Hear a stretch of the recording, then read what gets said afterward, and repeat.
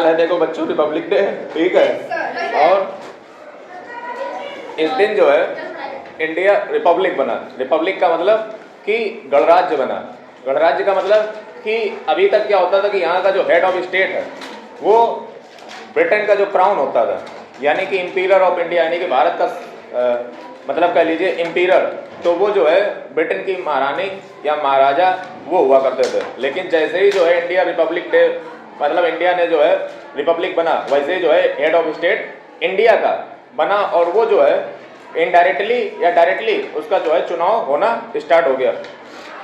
जैसे अब के कहाँ से हमें ये ताकतें मिली, तो सीधी सी बात है कि हमारे देश में जो है रिपब्लिक बनता कैसे है। रिपब्लिक बनने का जो प्रोसेस है वो काफ़ी पहले शुरू हुआ था। मतलब अगर जो है दुनिया के इतिहास में बात करें तो सबसे पहले अगर हमें कहीं पे कॉन्स्टिट्यूशन की बात जानने को देखने को मिलती है तो आपको पता है सबसे पहले दुनिया में कॉन्स्टिट्यूशन किसने मतलब जो है फ्रेम किया था। मतलब अगर देखा जाए तो संविधान सबसे पहले संजीव सिन्हा नहीं बेटा, चाणक्य बिना। दरअसल कानून बनाने का जो तरीका है, यानी कि जो कानून बनने का जो प्रोसेस है वो शुरू हुआ था आज से, जो हमने आज तुम्हें नहीं बताया था मेसोपोटामिया की सभ्यता, वहां से जो है, जो वहां का एक सुमेरिया का शायद राजा था हम्मुराबी, वहां से कानून बनने का स्टार्ट हुआ था। लेकिन कानून और संविधान में फर्क होता है, आप समझिए पहले। फिर जब बात कॉन्स्टिट्यूशन की आई, यानी कि संविधान की आई, तो संविधान सबसे पहले अगर देखा जाए तो जो इंग्लैंड था, समझे, जिसको हम ब्रिटेन कहते हैं, ठीक है, वो इंग्लैंड तो उसका एक पार्ट है। तो ब्रिटेन में जो है सबसे पहले मैग्ना कार्टा 1215 में आया। 1215 में जो है मैग्ना कार्टा आया और ये मैग्ना कार्टा जो है वहाँ पे कुछ अधिकार वहाँ के ब्रिटेन के लोगों को देता। मतलब सोचिए कि सबसे पहले कौन ला रहा है ये सब मतलब जो है संविधान की शुरुआत कर रहा है ब्रिटेन। लेकिन वहाँ पे कोई लिखित संविधान नहीं है, लिखित यानी कि रिटन कॉन्स्टिट्यूशन नहीं है। यानी कि जब ब्रिटेन सबसे पहले, यानी कि आप देखिए ना, जो सबसे पहले मूव करेगा वही एडवांटेज पाएगा। जैसे अमेजन सबसे पहले कॉन्सेप्ट लेकर आया, फ्लिपकार्ट सबसे पहले कॉन्सेप्ट लेकर आया, पहले जो पहले लाएगा वही मान ले जाएगा। आज आप अमेजन दोबारा खड़े करके दिखाओ, नहीं बन पाएगी क्योंकि वो पहली बार आई।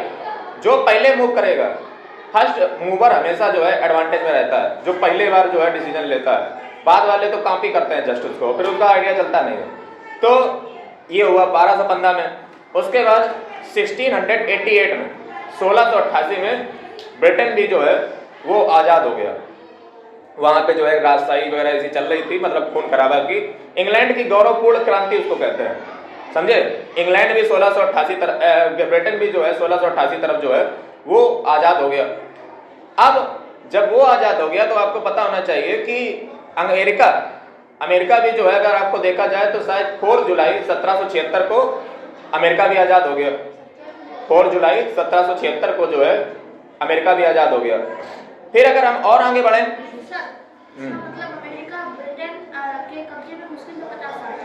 हाँ लगभग नहीं, अमेरिका तो काफ़ी समय तक गुलाम रहा ब्रिटेन का। ब्रिटेन से अमेरिका आज़ाद हुआ।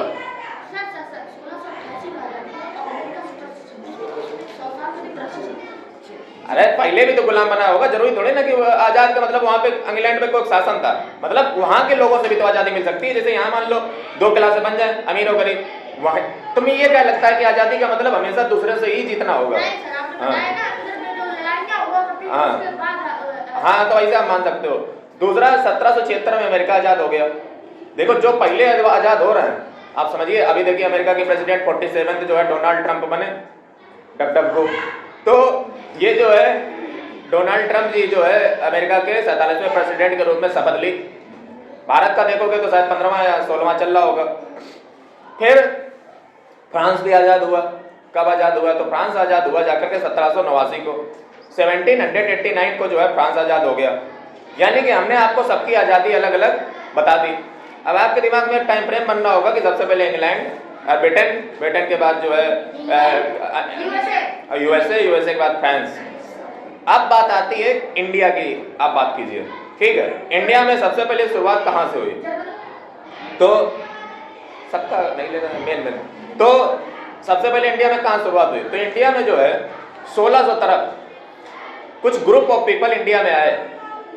उन्होंने जो है मुगल दरबार में जो आए और उनसे जो है उस समय जो मुगल दरबार में लोग थे उनसे जो है कहा कि हम जो है यहाँ पे व्यापार करने आए। क्या करने आए? व्यापार। कुछ लॉलीपॉप भी दिए कि भैया ये ले लो और हमें जो है व्यापार करने दो। व्यापार के उद्देश्य से आए थे। फाइनली उनको जो है ये अधिकार यहाँ पे थोड़ा सा मिला कि हाँ भैया तुम व्यापार कर सकते हो। पहले तो ये लड़े थे हम लोगों से, तो ये मार खूब खाए, हालांकि फिर दोस्ती हुई, फिर व्यापार के अधिकार मिल गए।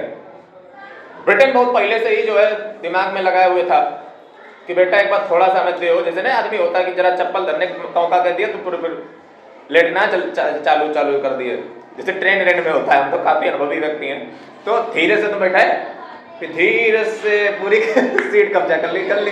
तो ऐसे ही जो है ये व्यक्ति भी जो है सिर्फ व्यापार करने के उद्देश्य से आए थे, लेकिन वहां पे जो जिले लाई थे वो वहां से बैठ करके देख रहे थे कि चलो बेटा धीरे धीरे शुरुआत करेंगे तुम्हारे अंदर डोमिनेट करने की। शुरुआत हो गई। बात आई सबसे पहले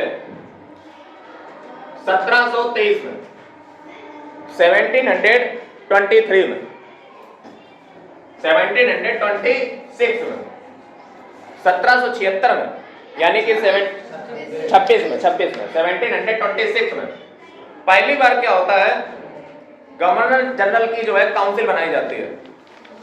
रुक जाओ थोड़ा पीछे देख रहा।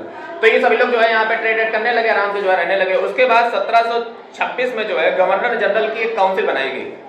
गवर्नर जनरल की एक काउंसिल बनाई गई।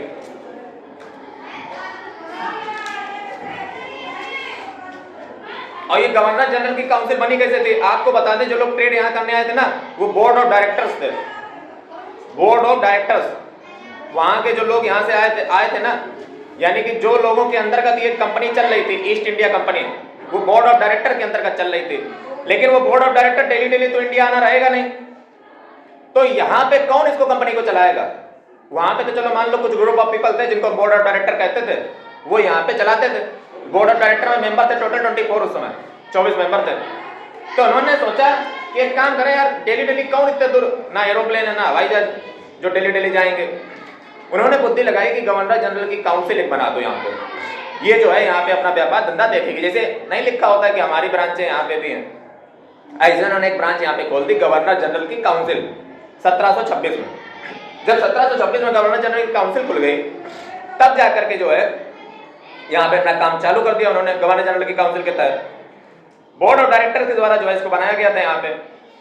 उसके बाद 1765 में, 1765 में इन लोगों को जो है, मैं आपको 1765 पे ले चलूं, उससे पहले आपको 1757 पे ले चलता हूं। 1757 में हम लोगों का हुआ प्लासी का बैटल ऑफ प्लासी 1757 में। इसमें जो है हम लोगों ने युद्ध लड़ा, मतलब हमारे यहाँ के जो लोग थे समझे, उन जैसे जो है अवध के नवाब थे, ठीक है, और बंगाल के थे शायद सिराजुद्दौला, और अवध के नवाब उनका नाम याद नहीं आ रहा। तो इन तीन लोगों ने जो है अवध के और जो है बंगाल के और अंग्रेजों के बीच युद्ध हुआ, जिसमें बुरी तरीके से प्लासी की बैटल में हिंदुस्तान के लोग हार गए। और जब हार गए तो सीधी सी बात, अब जब जीते हैं तो कुछ तो मांगेंगे। तो जीत करके उन्होंने एक चीज मांग ली। आप देखिएगा कैसे पूरी भारत पे कब्जा होगा इनका शुरुआत से। देखो पहले इसे ग्रुप ऑफ पीपल ऐसे घूम रहे गली मोहल्ले में, गवर्नर जनरल काउंसिल बना लिए, छोटा सा ऑफिस खोल लिया।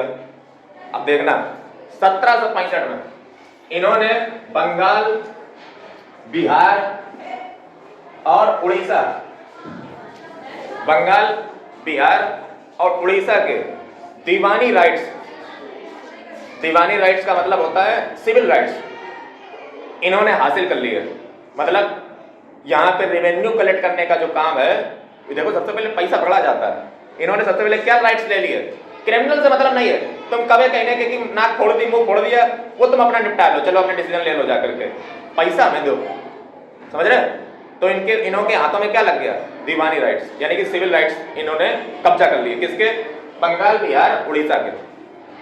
अच्छा, बंगाल, बिहार, उड़ीसा के दीवानी राइट्स इनको मिल गए। फिर इन्होंने सोचा कि अभी क्या होगा, अभी तो दीवानी राइट्स लिए हैं, अब एक काम करो, थोड़ा सा और काम कार्य को आगे बढ़ाओ। फिर 1773 आया।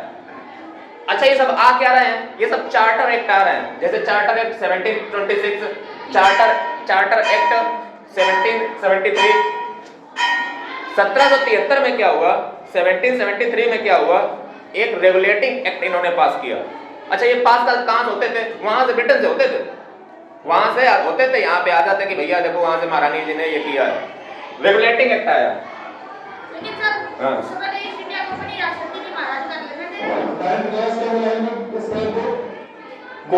कोई भी कंपनी हो, जैसे महारानी जो है वो वहीं से बैठे बैठे जो है अगर देखा जाए तो वही वहां से कंट्रोल स्थापित कर रहे थे, मतलब उन्हीं के उसमें नाम में होता था, समझे। तो नहीं नहीं किया तो सरकार होती है, state is the March of God on earth. जाओ अच्छा नहीं बोला। तो रेगुलेटिंग एक्ट जो है 1773 में आया। रेगुलेटिंग एक्ट में जो है दो, देखो ये किस लिए आ रहा है, क्योंकि अब देखो राइट्स मिल गए, अब उनको रेगुलेट करना है।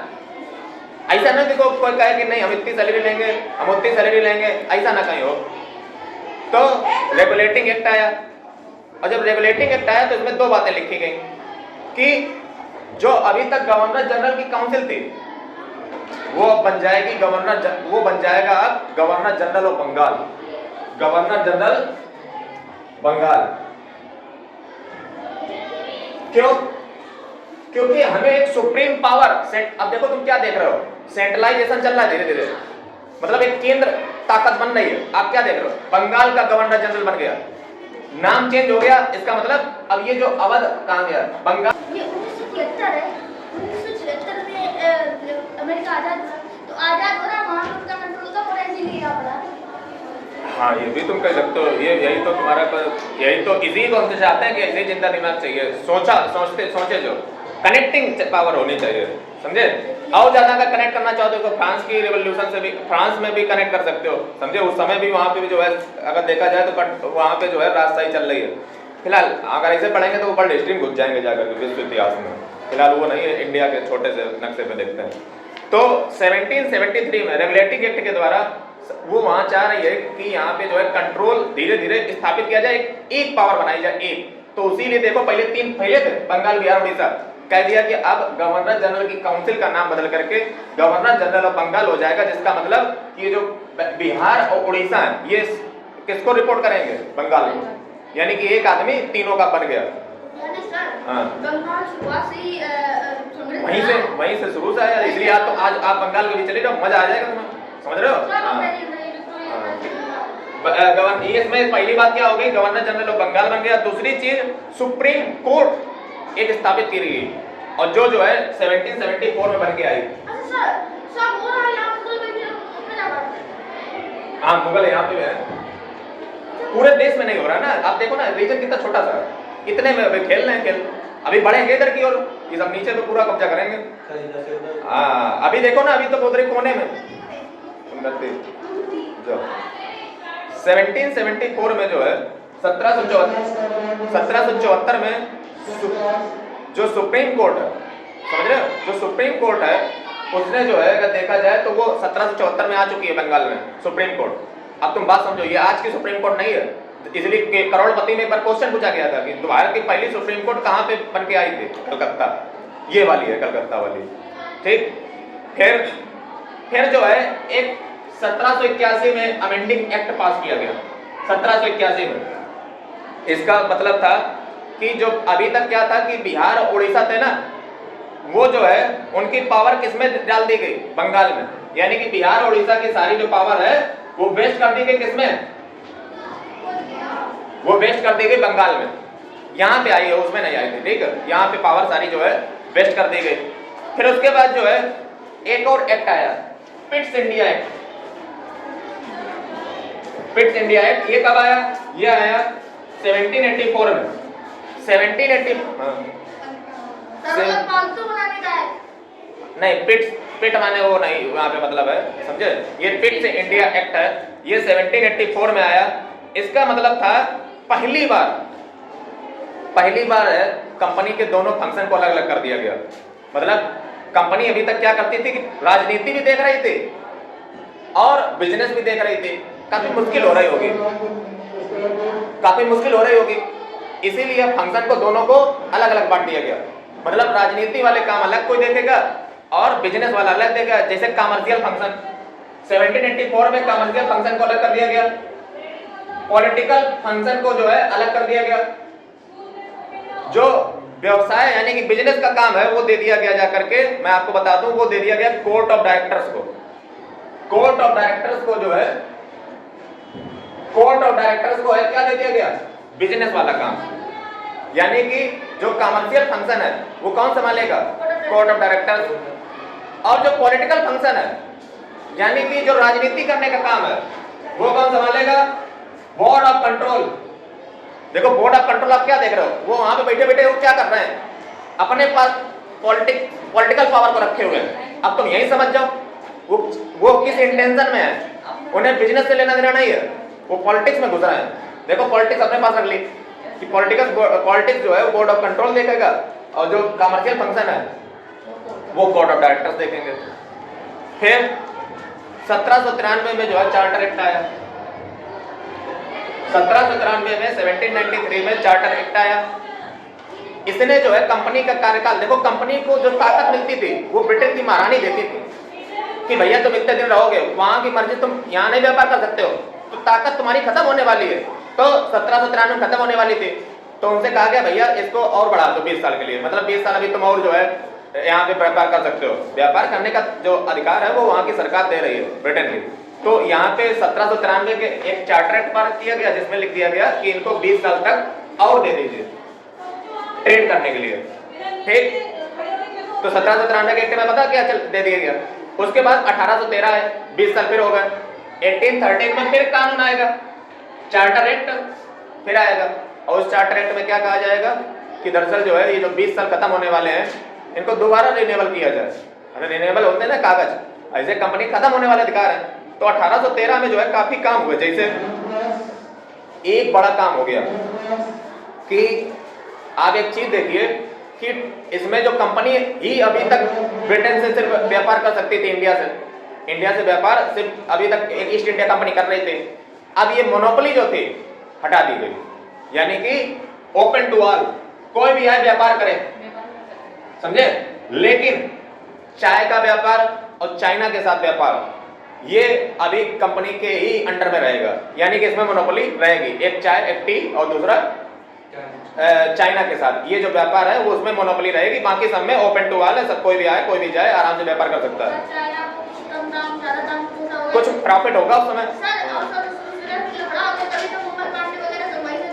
हाँ, एक इसमें एक चीज और लिखी हुई कि 1 लाख रुपया पहली बार एजुकेशन में खर्चा होगा, ठीक है।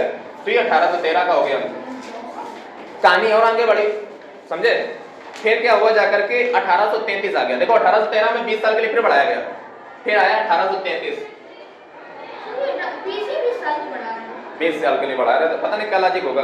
1833 में जो है ये, अब जो देखो एक पद का नाम देखते रहना कब कब बदल रहा है।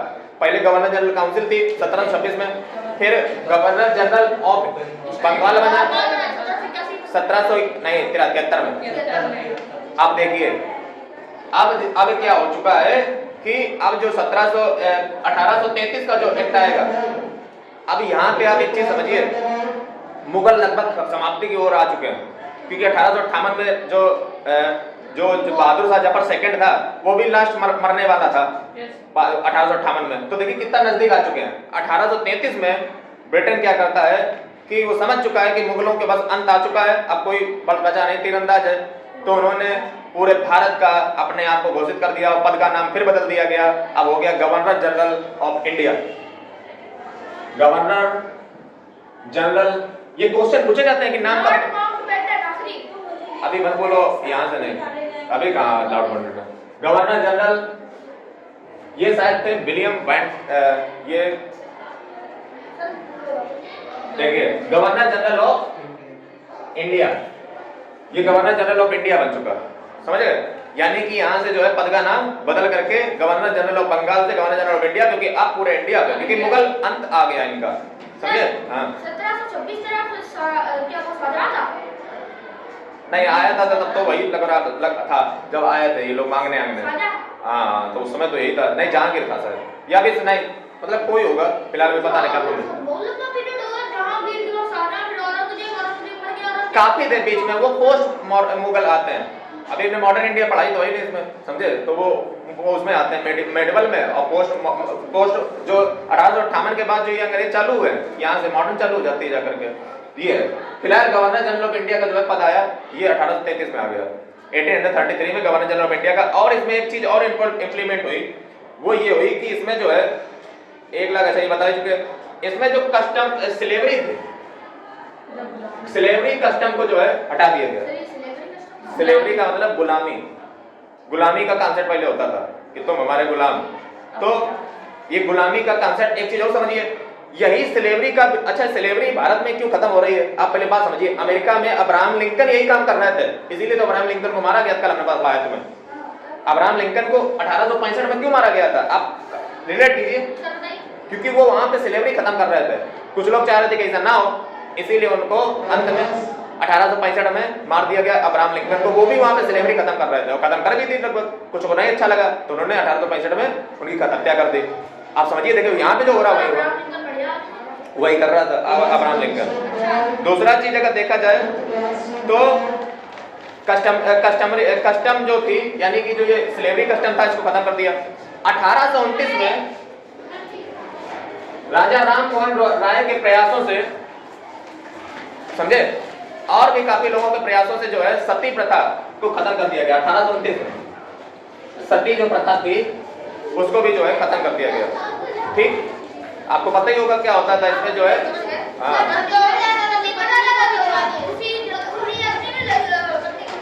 हाँ, तो ये सती प्रथा का अंत भी जो है 1829 में कर दिया गया। दूसरा चीज, अगर एक चीज और देखा जाए कि इसमें जो ईस्ट इंडिया कंपनी थी, अभी तक वो क्या करती थी, राजनीति करती थी।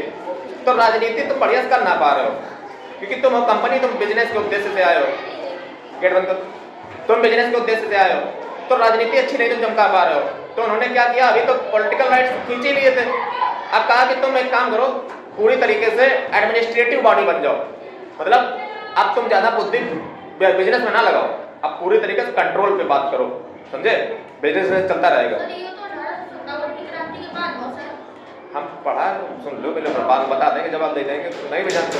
तो ये जो है 1833 में कंपनी जो है, उसके जो व्यापारिक तरीके जो भी थे वो सब जो है अभी बने रहेंगे, लेकिन जो है अब ये पूरी तरीके से एडमिनिस्ट्रेटिव बॉडी बन चुकी, मतलब अब ये पूरी तरीके से प्रशासन को वहां पे चलाएगी। ठीक है, यानी कि ईस्ट इंडिया कंपनी आप क्या देख रहा है कि उसका बिजनेस तो गया तेल लेने, और क्या बनते जा रही है धीरे धीरे। हाँ, और मतलब इससे तुम समझ क्या रहे हो, इससे तुम्हें ये समझना चाहिए कि दरअसल महारानी की नजर जो थी वो पहले से थी। हाँ, तुम ना कुछ कर पाओगे।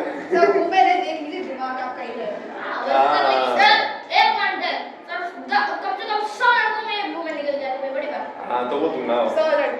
अगला देखो, नहीं मतलब जब 100 लड़के और अच्छे होते तब ठीक देखो, लॉ मेकिंग मेंबर क्या चीज, देखो ईस्ट इंडिया जो कंपनी होती है वो पूरी तरीके से एडमिनिस्ट्रेटिव बॉडी बन चुकी है। अब जो है इसमें एक चीज और डाली गई, देखो इसमें बहुत काम की चीजें मिलेंगी, तुम्हें आज का कानून समझ आएगा इसी से, कि यहीं से पहली बार उसमें जो लॉ मेकिंग एक मेंबर इसमें आ गया। मतलब अभी तक क्या होता था कि जैसे मान लो कानून का ज्ञान यहाँ पे कौन देगा करके, तो एक काम किया कि एक काम करो, ये जो गवर्नर जनरल ऑफ इंडिया है ना, इसको जो मंत्री सलाह देते होंगे, समझे, मंत्री सलाह नहीं देते होंगे, क्योंकि मंत्री तब बनते हैं जब जो है जब एक पोर्टफोलियो आ जाए, कोई मंत्रालय भी तो आना चाहिए, तभी तो मंत्री बनेंगे। अभी कोई मंत्री नहीं है, अभी सिर्फ एक काउंसिल है जिसमें कुछ ग्रुप ऑफ पीपल रहते हैं जिसको सलाह देते हैं। बात समझिए हम क्यों कह रहे हैं, क्योंकि अभी आई नहीं है, पोर्टफोलियो सिस्टम अभी आया ही नहीं है, कब आएगा अभी बता देंगे, इसीलिए हम मंत्री नहीं कह सकते। तो यहाँ पे जो है जो ग्रुप ऑफ पीपल जो सलाह देते थे गवर्नर जनरल ऑफ इंडिया को, उसमें जो है एक लॉ का मेंबर भी जुड़ गया। उसमें कौन था, लॉर्ड मैकाले। यही लॉर्ड, ये वही मैकाले है जिसने भारत का पहली बार जो है वो कानून दिया था, इंडियन पिनल कोड ताजरात हिंद दफा 400 फला के तहत। तो ये जो है पहली बार इसी को कार्य सौंपा जाएगा भारत का कानून बनाने के लिए, कि भारत के लोगों को गवर्न कैसे किया जाए। कौन सा कोई क्राइम करे, कौन सा, हाँ, तो ये देखिए यहाँ से काम स्टार्ट हो जाएगा, आईपीसी हमारी बनना स्टार्ट हो जाएगी। अब तो फिलहाल बदल चुकी है, अब तो भारतीय न्याय संहिता, भारतीय नागरिक सुरक्षा संहिता अब नहीं चलता, अब बीएनएस चलता है। अब बीएनएस अभी तो 2023 में तो बदला, भारतीय न्याय संहिता और सीआरपीसी भी बदल चुकी है। दरअसल ये तो मैं भी पूछ बताता है नहीं। तो अभी देखो फिलहाल इतना समझ लो कि भारत पे जिससे जो धाराएं होती है ना वो यहाँ पे लिखना स्टार्ट हो गई हैं। और ये काम कब लागू होगी जाकर 1860 में, सोचो 26 साल लगे थे बनाने में।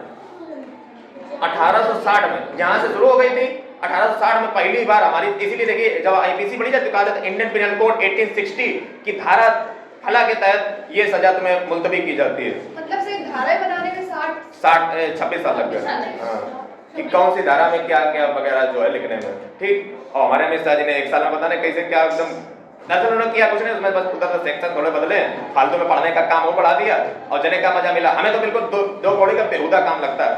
क्या तुमने उसमें नया कर दिया, माना कि तुमने कुछ नई चीजें उसमें जोड़ी हैं आज के अनुसार, लेकिन उसी धाराओं में चेंज कर देते ना, तो फिर तुम हम नई नंबर याद करें। जैसे पहले हत्या की सजा 302 होती थी, अब शायद इसको 99 से 100 ला दिया है। तो ये 302 हमें पता है, ये सब क्लियर हो गया। तो ये सब गलत चीज है।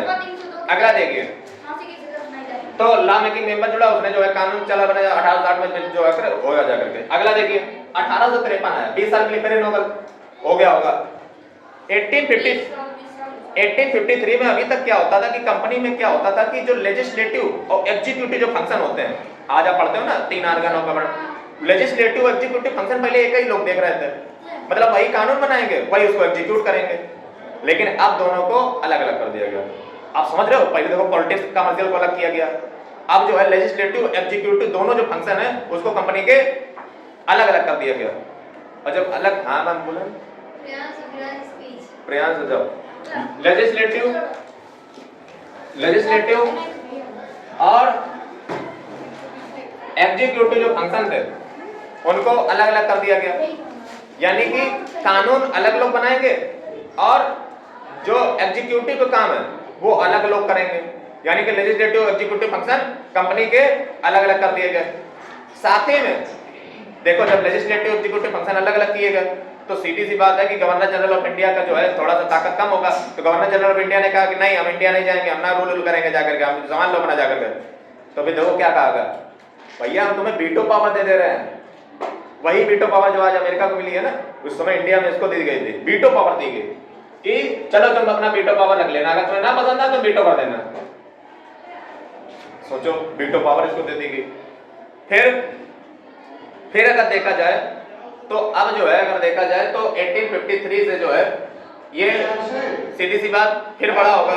लेकिन इस बार जो है इनकी कंपनी के अत्याचार बढ़ते जा रहे थे क्योंकि कंपनी बड़ी हो रही है। तो जब बड़ी कोई चीज संस्था होती है तो फिर उसमें कहीं ना कहीं गड़बड़ियां भी होती हैं अगर उसको चलाने वाले सही ना चलाई। जैसे भ्रष्टाचार बढ़ेगा, कहीं कोई लूट मचोट मचाए हुए, कहीं कोई बेईमानी कर रहा है, कोई कितनी सैलरी मान ले जा रहा है, कोई कुछ भर के ले जा रहा है। यानी कि कंपनी को पहले सही से चलाया जाए। अच्छा देखो ब्रिटेन में जो है सरकार भी इस मूड में थी कि बेटा अब तुम एक काम करो, तुम कंपनी अपनी राम दो, तुम अपना हमें दो, लेकिन अब ऐसे मुंह से कहा कैसे जाए तो गलत बात हो जाएगी। वो तलाश में थे कि तुम कुछ गलती करो, फिर हम तुमसे कह देंगे अच्छा एक काम करो तुम भाग जाओ, अब हमें चलाने दो करो। तो इनसे गलती हो भी गई। इन्होंने जो है अपनी अत्याचार की पूरी लिमिट क्रॉस कर दी, खूब मारना कुटना चालू किया, पैसा दो लगान निकालो। जैसे एक इसमें कॉमेडी है, वो कहता है लगान एक लड़की का नाम होता है लगान कर लो मतलब जो है इसको ले लो लगान है ये। तो ये देखिए 1853 में जो है ये फिर बढ़ाया होगा। लेकिन जब इनके अत्याचार की सीमाएं क्रॉस हो गई तो 1857 की जो रिवॉल्ट होती है जिसको हम सिपाही म्यूटिनी यानी कि सिपाही जो है घटना जो हुई आप सबको पता है, मंगल पांडे जी ने जो है उसमें गोलियां चलाई, समझे। उसमें अफवाह क्या उड़ी थी, अफवाह थी कि सच्चाई थी पता नहीं, कि सुअर की चर्बी जो है उस गोली में है, तो उन्होंने उससे मना कर दिया। अल्टीमेटली जो है फिर जब उन्होंने चलाई तो फिर सब लोग सपोर्ट में निकल आए, फिर सबने चलाई। और फिर जो है अंग्रेजों ने जब मामला ही कहीं नहीं चला, कम से कम शायद 1 साल चला, समझे, तब जाकर के शांत हुआ जाकर के पूरे देश से। और फिर जो है उनको सजाएं भी दी गई। और अंग्रेजों का सजा देने का एक प्रोसीजर था, जैसे वो इस प्रकार से तुम्हें मतलब जो है बिछाते थे, कचरते थे कि वो जो है कि नजारा पेश हो उस चीज का, जिससे लगना चाहिए कि जो है इस बार अगर किसी ने ऐसा किया तो मतलब ऐसा ही होगा उसके साथ, समझे। तो ये खौफ भरना उनका कुल मिला के लक्ष्य था, और इसी को लेकर के जो है उन्होंने फिर सबको जो है फांसी के तख्ते पे टांग दिया। अगला देखा जाए, और रोड के बीचों मतलब जैसे 10-20 मोहल्ले है ना, उसके बीचों बीच में देते थे, ये चीज याद रखिएगा। हाँ, सब देखें, सबके अंदर जो है खौफ एक भरे कि देखो बेटा यही होगा, इसलिए जो है कोई अंग्रेजी हुकूमत के खिलाफ जाने की कोशिश मत कर देना, समझ रहे हो।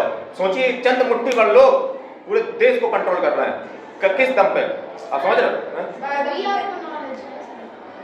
हाँ, तो ये जो है मतलब मुट्ठी भर लोग कैसे कंट्रोल कर लेते हैं, ये कंट्रोल ऐसे नहीं होता है, ये सिर्फ हो रहा है एक ही के दम पर कि हम लोग इतने बड़े अनपढ़ आप कह लीजिए थे, हम लोगों को पता ही नहीं था कि हम लोग गुलाम हैं।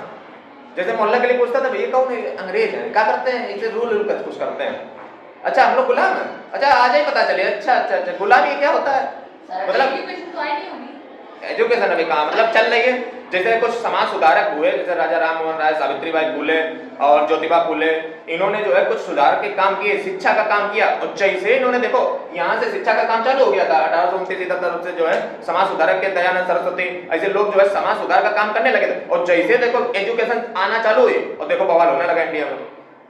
आप समझते हो एजुकेशन की ताकत कि उससे पहले क्यों ना कोई ने की, और जैसे ही समाज सुधारकों ने पढ़ाना समझाना चीजें चालू की, और तुरंत जो है देश में दंगे होना चालू हो गए, मतलब कि एजुकेशन से लोगों के सवाल उठे कि ऐसा क्यों कर रहे हैं। हाँ, ये आप याद रखिए कि शिक्षा जैसे तभी तो क्रांति हुई 1857 की, क्यों, क्योंकि उससे पहले आप देखिए ना जितने एजुकेशन मतलब जो है थे, जैसे शिक्षा, समाज सुधारकों ने क्या किया, समाज सुधारकों के लोगों के अंदर जो डर था उसको निकाल दिया। एजुकेशन का काम भी यही होता है, डर जो होता है ना उसको निकाला जाए तुम्हारे अंदर से। तो वीटो पावर क्या है? वीटो पावर तुम आए। हाँ, तो समाज सुधार यहाँ से कहानी चल रही है कि 1857 में क्रांति जो हो रही है उसके पीछे कारण था कि जो लोग थे वहां पे बहुत सारे समाज सुधारक आ रहे थे जिन्होंने शिक्षा देना चालू कर दिया। शिक्षा में बताते क्या थे, वो एजुकेशन में ये बताते थे कि अंग्रेज दरअसल हम लोगों को क्या कहते थे, आप समझिए पहले अंग्रेज देखो हम लोगों के क्या कहते थे। अंग्रेज कहते थे जैसे एक व्यक्ति पैदा हुआ था, शायद जो है मैं उसका नाम याद कर पाऊं तो इमैनुअल कांट, समझे। इस इमैनुअल कांट ने जो है एक बात कही थी, इसने कहा था कि दरअसल जो है अगर मतलब इस दुनिया में इंसान का अल्टीमेट जो मतलब जो है जिंदगी का उद्देश्य होना चाहिए वो होना चाहिए, 2 बज गए, उसका उद्देश्य होना चाहिए कि हमें अपनी मतलब बीच में कुछ भी हो लेकिन जब मरे तो हम लोग जो है अच्छे नागरिक बनकर मरे। मतलब जीवन का असली उद्देश्य क्या है, एक बेहतरीन नागरिक बनना, समझे, एक सभ्य नागरिक बनना, एक सिविलाइज्ड मैन बनना। अंग्रेजों ने इसी का फायदा उठाया और देखो कैसे उसको मिस इंटरप्रिटेट किया। जब अंग्रेजों से पूछा जाता था कि तुम इन्हें मारते क्यों हो, तुम इन लोगों को क्यों इतना टार्चर करते हो, तो पता क्या कहते थे, इमैनुअल कांट ने कहा है कि तुम लोगों को हमें सुधारना है, तुम्हारी जिंदगी का लक्ष्य ये है, हम तुम्हें सुधारने के लिए तुम्हें कूटते हैं। बात समझ रहे हो? समझ रहे हो? इसीलिए कहा जाता है फिलॉसफी को पढ़िए, ये जितने भी होते हैं ना तभी तुम तर्क कर पाओगे। हालांकि हम ऐसे आदमी हैं जो उसका तोड़ भी सब बता देते हैं, सब खोल देते हैं, समझ रहे, लेकिन कर क्या पाओगे उससे, तो बता सब देते हैं जो भी चालबाजी जो करते हैं। तो ये इमैनुअल कांट ने कहा था, उसको मिस इंटरप्रेट किया। उसने इसलिए थोड़ी ना कहा था कि तुम उसको जबरदस्ती जो है मतलब कूट के जो है तुम उसको जो है मतलब उसके अंदर जो है सुधार कर लो जा करके। उसने इसलिए कहा था कि व्यक्ति अपने स्वयं से जो है अगर पढ़ा करके जो है सुधार अपने अंदर कर ले, समझे। क्या बताऊं, फूटने का लक्ष्य कुछ और बताइए देते हो। इसी प्रकार की बात डॉक्टर अम्बेडकर ने भी कही। सर एक बात बताइए कि हर चीज में आप पढ़ाई का इमैनुअल कांट ने जो बात कही तो एजुकेशन कर रही है कि जो पढ़ाई करो, परमानेंट पढ़ाई करो सर। अरे वो आज के लक्ष्य कोई दूसरा था बताते ही है तो सर ऐसा अब उसको अपने हिसाब से देखो, थाट एक ही होता है, उसको समझता कोई कुछ है, बोलता कोई कुछ है, और जो जिसको जैसा अपना मतलब लगता है उसी प्रकार से उसका प्रयोग कर लेता है। अंग्रेजों को कोई डर था कि अगर हम असली बता रहे हैं। हाँ, और इन्होंने जो है क्या किया, और हमारे लोगों ने देखो ये डर को निकाला कैसे। देखो अगर किसी भी देश को तुम्हें बेकार करना, उसकी हिस्ट्री को तोड़ मरोड़ लो, तो उन्होंने हम लोगों को बताया कि तुम लोग कुछ नहीं जानते, बेकार हो, ऐसे हो वैसे, सब उल्टा सीधा बोला हम लोगों को, डिमोटिवेट किया। यानी कि हम लोगों की आत्मा तो पहले से मरी हुई थी। तो कुछ समाज सुधारक हुए, पढ़े लिखे लोग हुए, उन्होंने बताया, जैसे स्वामी दयानंद सरस्वती ने कहा कि वेदों की ओर लौटो, come back to the Vedas, यानी कि आप जो है वेदों की ओर आइए और हमारी संस्कृति का गौरव आप देखिए।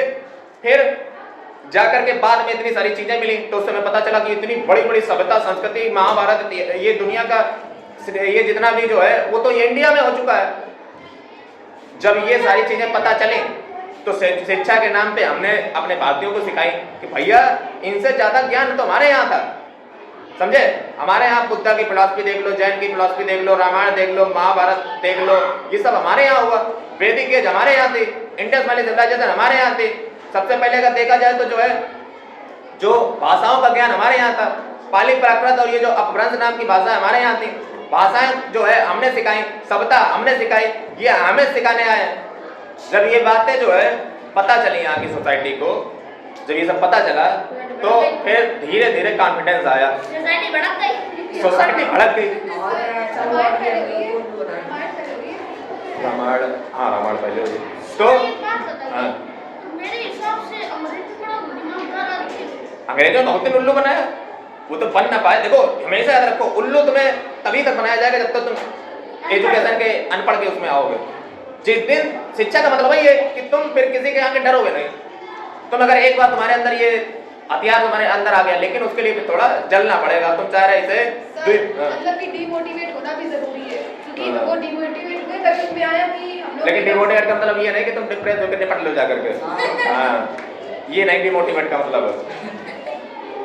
तो ज्यादा ना मोटिवेशन लो। अगला देखिए, वीटो पावर हो गई। 1853 में जो है लेजिस्लेटिव एग्जीक्यूटिव जो फंक्शन थे कंपनी के अलग अलग कर दिए गए ताकि अलग अलग लोग संभाल पाए। वीटो पावर दे दी गई गवर्नर जनरल ऑफ इंडिया को, ताकि जो है अगर कोई फैसला ना समझ आए तो उसको वीटो कर दो जाकर के। अब जो है 1858 में गवर्नमेंट ऑफ इंडिया एक्ट 1858 आता है। इसमें क्या प्रावधान थे देखिए, ये आया क्यों, हम आपको बता चुके हैं कि सरकार वहां की जो ब्रिटेन की थी वो तो चाह रही थी कि यहाँ पे कंपनी कुछ गलती करे और हम इसको यहाँ से भगा दें पूरी तरह। और जैसे क्रांति हुई तो ब्रिटेन के महारानी ने कहा कि भैया लल्ला कुतुआ, हम तो सोचे ही रहे थे तुम्हें यहाँ से भगाना। अब एक काम करो, तुम अपना बोरी पत्थर ले आओ, पैसा कमा लिया, ठीक है ठीक है ठीक है, बहुत तुमने रूल किया। अब एक काम करो, अब सारा बना बनाया साम्राज्य हमारे हाथों में दे दो। तो सारा ऐसे चाबी पकड़ाई और ये लोग पैक करके उधर भागा। इन्होंने कहा गवर्नर मतलब जो वहां के थे, उन्होंने कहा देखो जो गलती हुई उसको माफ करते हैं और ये सब इनकी लोगों की गलतियां हैं। आज से ब्रिटेन की महारानी स्वयं से जो है यहाँ पे आएंगी और उनका रूल यहाँ पे स्थापित होगा, बहुत सही तरीके से हम चलाएंगे। हाँ, तो लोगों ने समझा चलो यार सरकार, अब सीधे सरकार का हाथ आएगा, समझे। तो और घाटा हो गया। हाँ, अब देखो सरकार करेगी क्या। देखो सरकार जब आई तो 1858 का पहली बार, देखो जब कोई आएगा तो कानून एक लेकर आएगा, वहां से रिलीज होगा तभी तो यहाँ पे शासन होएगा जाकर के। तो 1858 में जो है डायरेक्ट कंट्रोल आ गया। अभी क्या होता था, ईस्ट इंडिया कंपनी में कंट्रोल था, उससे चल रहा था गाड़ी। अब यहाँ पे डायरेक्ट कंट्रोल आ गया। दूसरी चीज, भारत में जो है पद फिर बदल जाएगा। आप समझिए, गवर्नर जनरल ऑफ इंडिया से अब नाम पता क्या हो जाएगा, viceroy of India. Viceroy sir, पद तब बदल रहे हैं जब कुछ हो रहा है, कुछ नया बड़ा हो रहा है। गवर्नर जनरल ऑफ इंडिया से नाम क्या हो गया, वायसराय ऑफ इंडिया। क्षेत्र नहीं बढ़ा इस बार, बस नाम बदल गया है, क्योंकि सरकार अब पहले कंपनी का वो था तो गवर्नर जनरल ऑफ इंडिया चलता था, अब ये वायसराय ऑफ इंडिया बन गया, ठीक है। और जब वायसराय ऑफ इंडिया बना, अब सवाल ये है कि भैया इतना बड़ा जो है प्रशासन है भारत का, सब अधिकारी लोग, उनका भी जो है कोई हेड मुखिया होना चाहिए। आज जैसे होता है ना, आप क्या देखते हो कैबिनेट में सबसे बड़ा प्रशासन में सबसे बड़ा पद होता है, समझे, वो होता है नहीं अधिकारियों की हम बात कर रहे हैं, मंत्री की बात नहीं कर रहे। अधिकारियों में सबसे बड़ा पद होता है कैबिनेट सेक्रेटरी का। ये जो तुम्हारे सामने जो डीएम होते हैं ना, ये तो गली मोहल्ले के नुक्कड़ के आदमी हैं, ये तो वही बनता है जब वो वही पहुंच जाता है 58-59 साल की उम्र में, तब मिलता है। मतलब आप ये मान के चलिए पूरे देश की जो तुम्हारे अंदर बैंक हो चाहे कोई भी सेक्टर हो, सब तुम्हारे अंडर में जो पाओ वो करो।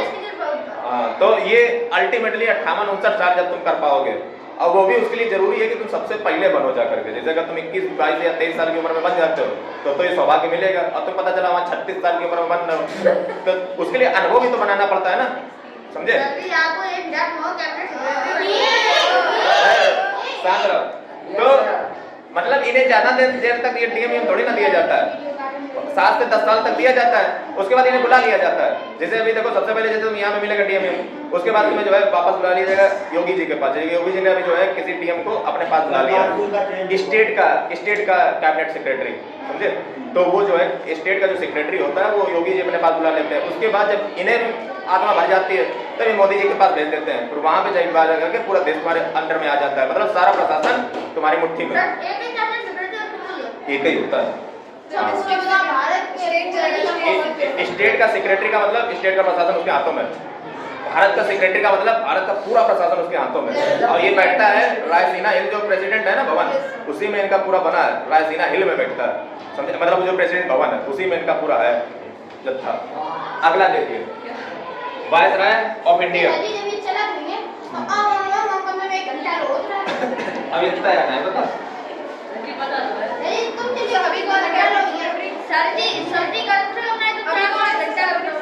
अभी ना मुझे पता है। अरे भैया यार ना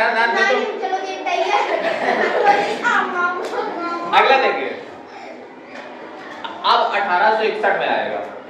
ये गवर्नमेंट ऑफ इंडिया एक्ट नहीं होगा, ये इंडियन काउंसिल एक्ट होगा। Indian council act 1861। इसके तहत होगा क्या? इसके तहत पहली बार भारत में पोर्टफोलियो सिस्टम आएगा, यानी कि अलग अलग मंत्रालय आ गए। सरकार है तो मंत्रालय नहीं देखो तुरंत आ गए। पोर्टफोलियो सिस्टम, ये तो लॉजिक सी बात है। अब यहां से तुम कह सकते हो मंत्रालय, पोर्टफोलियो सिस्टम। और साथ ही में अभी तक क्या होता था कि जो गवर्नर जनरल अपने यहाँ पे जो चढ़ी चपड़ा बैठाता था पूछने के लिए कि भैया क्या पूछ लें, तुमसे कुछ पूछ लें, उसमें भारतीयों को नहीं लेता था। सब स्टीफर्ड हॉकिंग, ब्रायन लारा और इस प्रकार के व्यक्ति उसमें बैठते थे। हमें पता है, अब कहाँ से नाम लाया हमें तो पता नहीं, हमको मिलते तो है ना डेली, कुछ में उठा लिए, ऐसे उठा लिए, ठीक ठीक। अब क्या हुआ, पहली बार तो भारतीयों ने कहा कि भैया तो सरकार तो बना ली है, सरकार में हमारा आदमी कहाँ है, सरकार में हमारा आदमी कहाँ है। अच्छा एक बात हमेशा रखिए, जब टैक्स हम लोग देते हैं तो हमारा रिप्रेजेंटेटिव भी वहाँ पे होना चाहिए। ये हर देश की क्रांति जब हुई है तब लोगों ने एक ही डिमांड, अमेरिका क्रांति देख लो, अमेरिका में क्रांति ने कहा कि अगर हमारा रिप्रेजेंटेशन नहीं तो हम टैक्स नहीं देंगे। वही भारत में हमें सरकार में भी तो बैठा लो, सरकार तुम चला रहे हो, टैक्स हम दे रहे हैं, उल्लू है पूरे क्या। तो ये जो है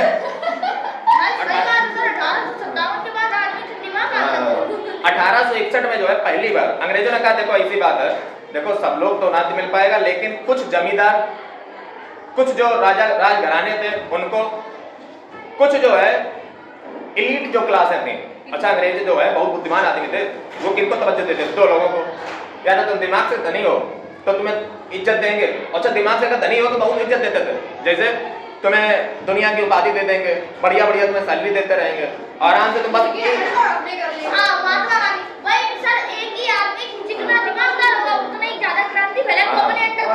और सर देखे रहती थी, ज्यादा उलरना मत उधर करना।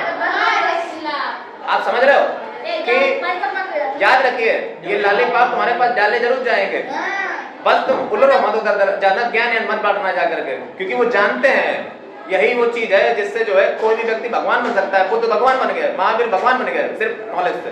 विजडम, नॉलेज से बड़ी चीज विजडम होती है, विवेक।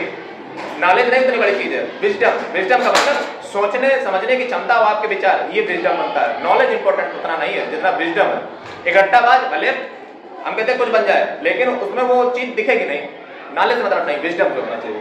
अगला पोर्टफोलियो सिस्टम आ गया। दूसरा देखिए पोर्टफोलियो मतलब वही मंत्री इंत्री। आप देखिए 1892, आप देखो बड़े दिन बाद आया। अब क्यों ज्यादा देर बाद बात समझो, क्योंकि अब तो सरकार तो अपनी है, अब क्या है हमें 20 साल बढ़ाना पड़ेगा। तो 1892 में जो है जो मेंबर थे ना काउंसिल में, पहले जमींदार लिए थे, राजघराने के लोग लिए थे, एलीट क्लास मतलब पढ़े लिखे थे। अब जो है काउंसिल में जो है मेंबर बढ़ाए गए, मेंबर जो है बढ़ाए गए, और इनका इलेक्शन भी होने का आ गया। कि ये अब ऐसे तो सब लोग कहने लगे कि भैया हम जाएंगे, तो उन्होंने कहा इलेक्शन चलो करो फिर जाओगे, और मेंबर जो है बढ़ाए गए, और लेकिन इसमें भेदभाव भी रखा गया। जैसे एजुकेशन, जो पढ़े लिखे उन्हें तवज्जो पहले दी गई, जिनके पास बड़ी बड़ी प्रॉपर्टी है उन्हें पहले तवज्जो दी गई। ये देखिए ये भेदभाव भी रहा 1892 में। सबसे पहले इलेक्शन यहाँ पे हुआ देखा। हाँ, इलेक्शन पहली बार यहीं पे देखा गया कि इलेक्शन अब होंगे तब आओगे तुम यहाँ बैठोगे, मतलब सब लोग चाह रहे थे कि हमें मिल जा रहा सर है। भेदभाव तो सभी करते हैं, तो उन्होंने भी कर दिया। फिर 1909 सर अभी ज्यादा लंबा कर दे माना। अब देखिए, अब अंग्रेज की मानसिकता समझिए। अंग्रेज देख रहे हैं कि जब से हम सरकार आए हैं अब अत्याचार कोई नहीं उतना कर रहा, मतलब अत्याचार अभी भी हो रहा है, ये नहीं कह रहे अत्याचार से मना कर रहे हैं, लेकिन उतने लेवल पे नहीं हो रहा है। और दूसरा चीज एक ये देखने को मिल रही है कि लोग स्कूल खोल रहे, कॉलेज खोल रहे, यूनिवर्सिटी खोल रहे, और ये सब जो है पढ़ाने वढ़ाने में काम में लग गए। अगर ऐसे ही लोग पढ़ते रहे तो हम एक दिन गए, तो उन्होंने सोचा यार कुछ ऐसा कुछ आइडिया निकालो कि ये लोगों ने लड़ाई हुए, तो उन्होंने एक तरीके निकाली, फूट डालो राज करो। और वो उसका परमपिता परमेश्वर कौन है, ये आएगा। 1909 में एक आदमी था मार्ले मिंटो। सर ये आईसी का मतलब क्या है? ये IC Indian council act 1909। Morley Minto, इसमें से एक सेक्रेटरी ऑफ स्टेट है और एक जो है वायसराय है भारत का। दोनों मिनटों में काम खत्म कर दे, मार ले मिनटों। अलग अलग नाम है, ये एक नहीं है। मार्ले सेक्रेटरी है, नहीं मतलब कोई भी हो सकता है, एक सेक्रेटरी है एक वायसराय है, ठीक। मार्ले मिंटो उन्हीं का नाम कंबाइन करके कहा जाता है। मार्ले मिंटो ने क्या किया कि फूट डालो। फूट पड़ेगी कैसे? तो फूट देखो हमेशा से डालने का जो आज चल रहा है, क्या चल रहा है तुम बताओ, धर्म चल रहा है। उन्होंने भी यही पकड़ लिया कि मुस्लिम एक कम्युनिटी है और एक हिंदू कम्युनिटी है। एक काम करो कि मुस्लिम के वोट मुस्लिम डालेंगे, हिंदू के वोट हिंदू डालेंगे, मतलब अलग अलग डिवाइडेशन पैदा करो। आज क्या होता है, आज कोई भी व्यक्ति खड़ा हो, कोई भी व्यक्ति वोट डाल सकता है। उन्होंने कहा कि मुस्लिम को चूज मुस्लिम ही करेगा और हिंदू को चूज हिंदू ही करेगा। ये देखो क्या कर रहा है, फूट डरवा रहा है, शुरू कर रहा है। अब यही देखना आगे चल के पाकिस्तान का बंटवारा करवा देगा जाकर। देखो अगला देखिए 1919 ये आए, ठीक है, ये भी 1919 का एक्ट है, समझे। इसको गवर्नमेंट ऑफ इंडिया एक्ट 1919, ये थोड़ा सा बड़ा है, इसको पहले समझ लीजिए। 1919 में क्या हुआ, इसको हम गवर्नमेंट ऑफ इंडिया एक्ट बनाया, उसके बाद इंडियन काउंसिल इंडियन काउंसिल थे, और फिर एकदम से गवर्नमेंट ऑफ इंडिया फिर आ गया। दूसरा आया अभी है। हाँ, वो काउंसिल थे, वो उसमें मेंबर फैसिलिटेटर थे, काउंसिल को नाम दिया। ये गवर्नमेंट ऑफ इंडिया एक्ट है, ये अच्छा आया क्यों? इसका नाम दिया जाता है Montagu Chelmsford reform, Montagu Chelmsford. लेकिन बेटा तुम्हारे पढ़ने हमारे पढ़ाने में फर्क है। हेडिंग पढ़ी थी, नॉट समझने बस यही आएगा, बस यही क्लास में।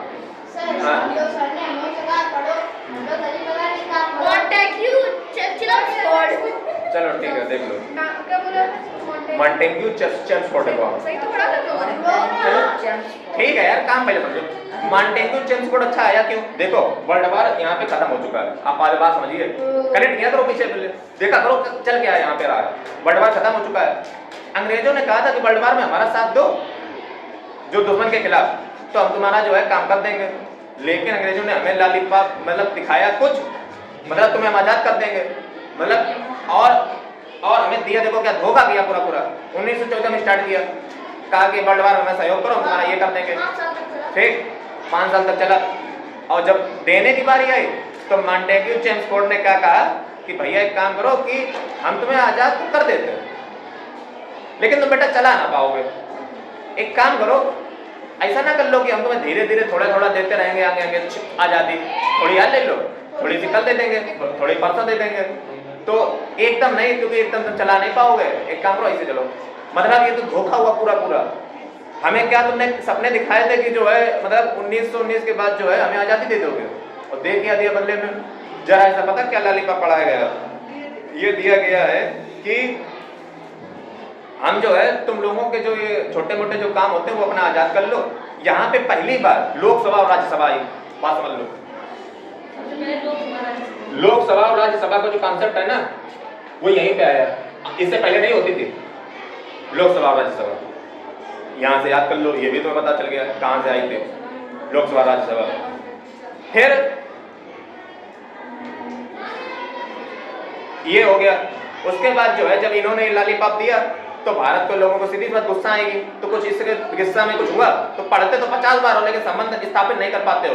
1921 और 22 में गांधी जी ने असहयोग आंदोलन नाम का ऑपरेशन मूवमेंट इसीलिए तो स्टार्ट ही किया था, क्योंकि इससे कुछ मिला नहीं, इसीलिए नाम को ऑपरेशन मूवमेंट गांधी जी ने स्टार्ट किया था, समझे। अब देखिए फिर अब बात आ जाती है 1924 की। 1924 में जो है 1924 में ये कोई एक्ट नहीं है, पहले तो ये समझ लीजिए। यहीं पे 1924 में ली कमीशन की सिफारिश पर, ली आयोग की सिफारिश पर जो यूपीएससी की परीक्षा होती है वो यहीं से शुरुआत हुई थी। मतलब शुरुआत नहीं होती, ली मतलब यहीं से यूपीएससी बनाई गई थी। Union public service commission, joint public service commission, ये सब यहीं से स्टार्ट हुए थे। अब आगे बढ़ जाओ, ये छोटी सी बात थी जो कि हमने बता दी, कोई इंपॉर्टेंट नहीं। अगला 1927 का 1919 के एक्ट में एक बात और कही थी कि हम तुम्हें हर 10 साल बाद हम एक कमेटी बनाएंगे, ठीक है, जो इस बात को देखेगी कि तुम्हें क्या आजादी में चाहिए, और उसकी सिफारिश के आधार पे हम तुम्हें कानून बना करके आजादी दे देंगे। तो 10 साल इसके होने वाले थे, 1919 से 1929 तक बननी चाहिए, लेकिन 2 साल पहले ही कमेटी बना दी गई 1927 में, क्योंकि उन्हें वहां पे ब्रिटेन में चुनाव होने वाले थे, सरकार बदल सकती थी, इसलिए उनका डर था, इसलिए उन्होंने 10 साल मतलब 10 साल कहा था बात कि 10 साल में करेंगे रिव्यू, लेकिन 1927 में ही बन गई। और 1927 में जब बनी तो उसको कहते हैं साइमन कमीशन। ब्रिटेन में तो राजा रानी थी ना? जो बस ये समझ लीजिए ब्रिटेन का ताज, ठीक है, जो भी होगा। नहीं सर, उनकी बात ठीक है कि जब राजा रानी थे तो इलेक्शन का आएगा। हाँ, उसमें तो कहाँ पे इलेक्शन? ब्रिटेन में राजा रानी इलेक्शन का है। पहले पूरी बात सुन लो, हमने इलेक्शन के नाम कहाँ पे ले लिया। हमने ये कहा आपने कहा अभी इलेक्शन पार्टी बदल सकती है। अरे मूर्खनंद, प्रधानमंत्री तो इलेक्शन होता है ना, हम उसकी बता रहे हैं बात, प्रधानमंत्री बदलने वाले थे हम। अगर सब बदल जाता तो क्या चेंज होता? तो चेंज ये होता कि हाँ, और रानी तो वो कर रही थी। यहाँ पे प्रेसिडेंट की कितनी इज्जत होती है, तो ऐसे आप समझिए वहां पे प्रधानमंत्री बदलने वाला था, तो वहां पे कंजर्वेटिव लेबर पार्टी दो चलती हैं, तो उनको एक दूसरे का डर रहता है, समझे। तो वहां पे सरकार जो कि बदलना जाए इससे पहले हमें अपनी सरकार में काम कर जाए, इसीलिए 1927 में जो है 2 साल पहले ही तुमने गलती की, तुमने 10 साल के पहले ही, चलो कोई बात नहीं, जब 2 साल पहले अच्छी बात, पहले तुम आजादी देना चाहते हो। साइमन कमीशन आया भारत, साइमन कमीशन जब भारत आया तो साइमन कमीशन धीरे धीरे इसे नजर उठा कर देखने लगा कि देखें तुम्हें भैया क्या आजादी में चाहिए, तो सबसे पूछा भैया तुम्हें क्या चाहिए, उन्होंने कहा ये चाहिए वो चाहिए। उसने एक रिपोर्ट तैयार करी, भारत के लोगों ने उसका विरोध किया, जिसमें लाला लाजपत राय जो है नारा लगा रहे थे साइमन गो बैक, वापस जाओ, और इसी की विरोध के चक्कर में लाठियां उनके पड़ी सिर पे, जिससे जो है लाला लाजपत राय जी की मृत्यु हो गई। और उसी का बदला लेने के लिए भगत सिंह जो है अंत में जो पार्लियामेंट होती है उसमें जो है वो जो है बम फोड़ देते हैं। उनका उद्देश्य किसी को नुकसान पहुंचाना नहीं था, उनका ये समझाना उद्देश्य था कि बहिरों हमारी आवाज को तुम सुनते क्यों नहीं हो, समझे। लेकिन अल्टीमेटली जो है उन्हें फंसाया गया, उनका उद्देश्य मारना नहीं था, उन्होंने चार्ज यही लगाया कि मार डालता, ऐसे कर देता वैसे कर देता। फिलहाल उनका जो है जो स्टेटमेंट था वो काफी जो है फेमस है। उनका ये कहना था कि मैं जानबूझ के मरना चाहता हूँ, क्योंकि हमारे मर जाने से जो है ये जितने भी और जो यूथ हैं, जो नौजवान हैं इस देश के, वो मोटिवेटेड होंगे, और मैं तो अभी एक ही हूँ, फिर देखो हजारों लोग जो है देश की आज़ादी के लिए लड़ेंगे, और मैं चाह ही रहा हूँ। और उनका ये भी अपेक्षा थी कि हमें खुले जो है मतलब अगर ओपन मतलब जो है हमें फांसी पे टांगा जाए, ताकि सब लोग देख सकें और लोग जो है इसमें आए।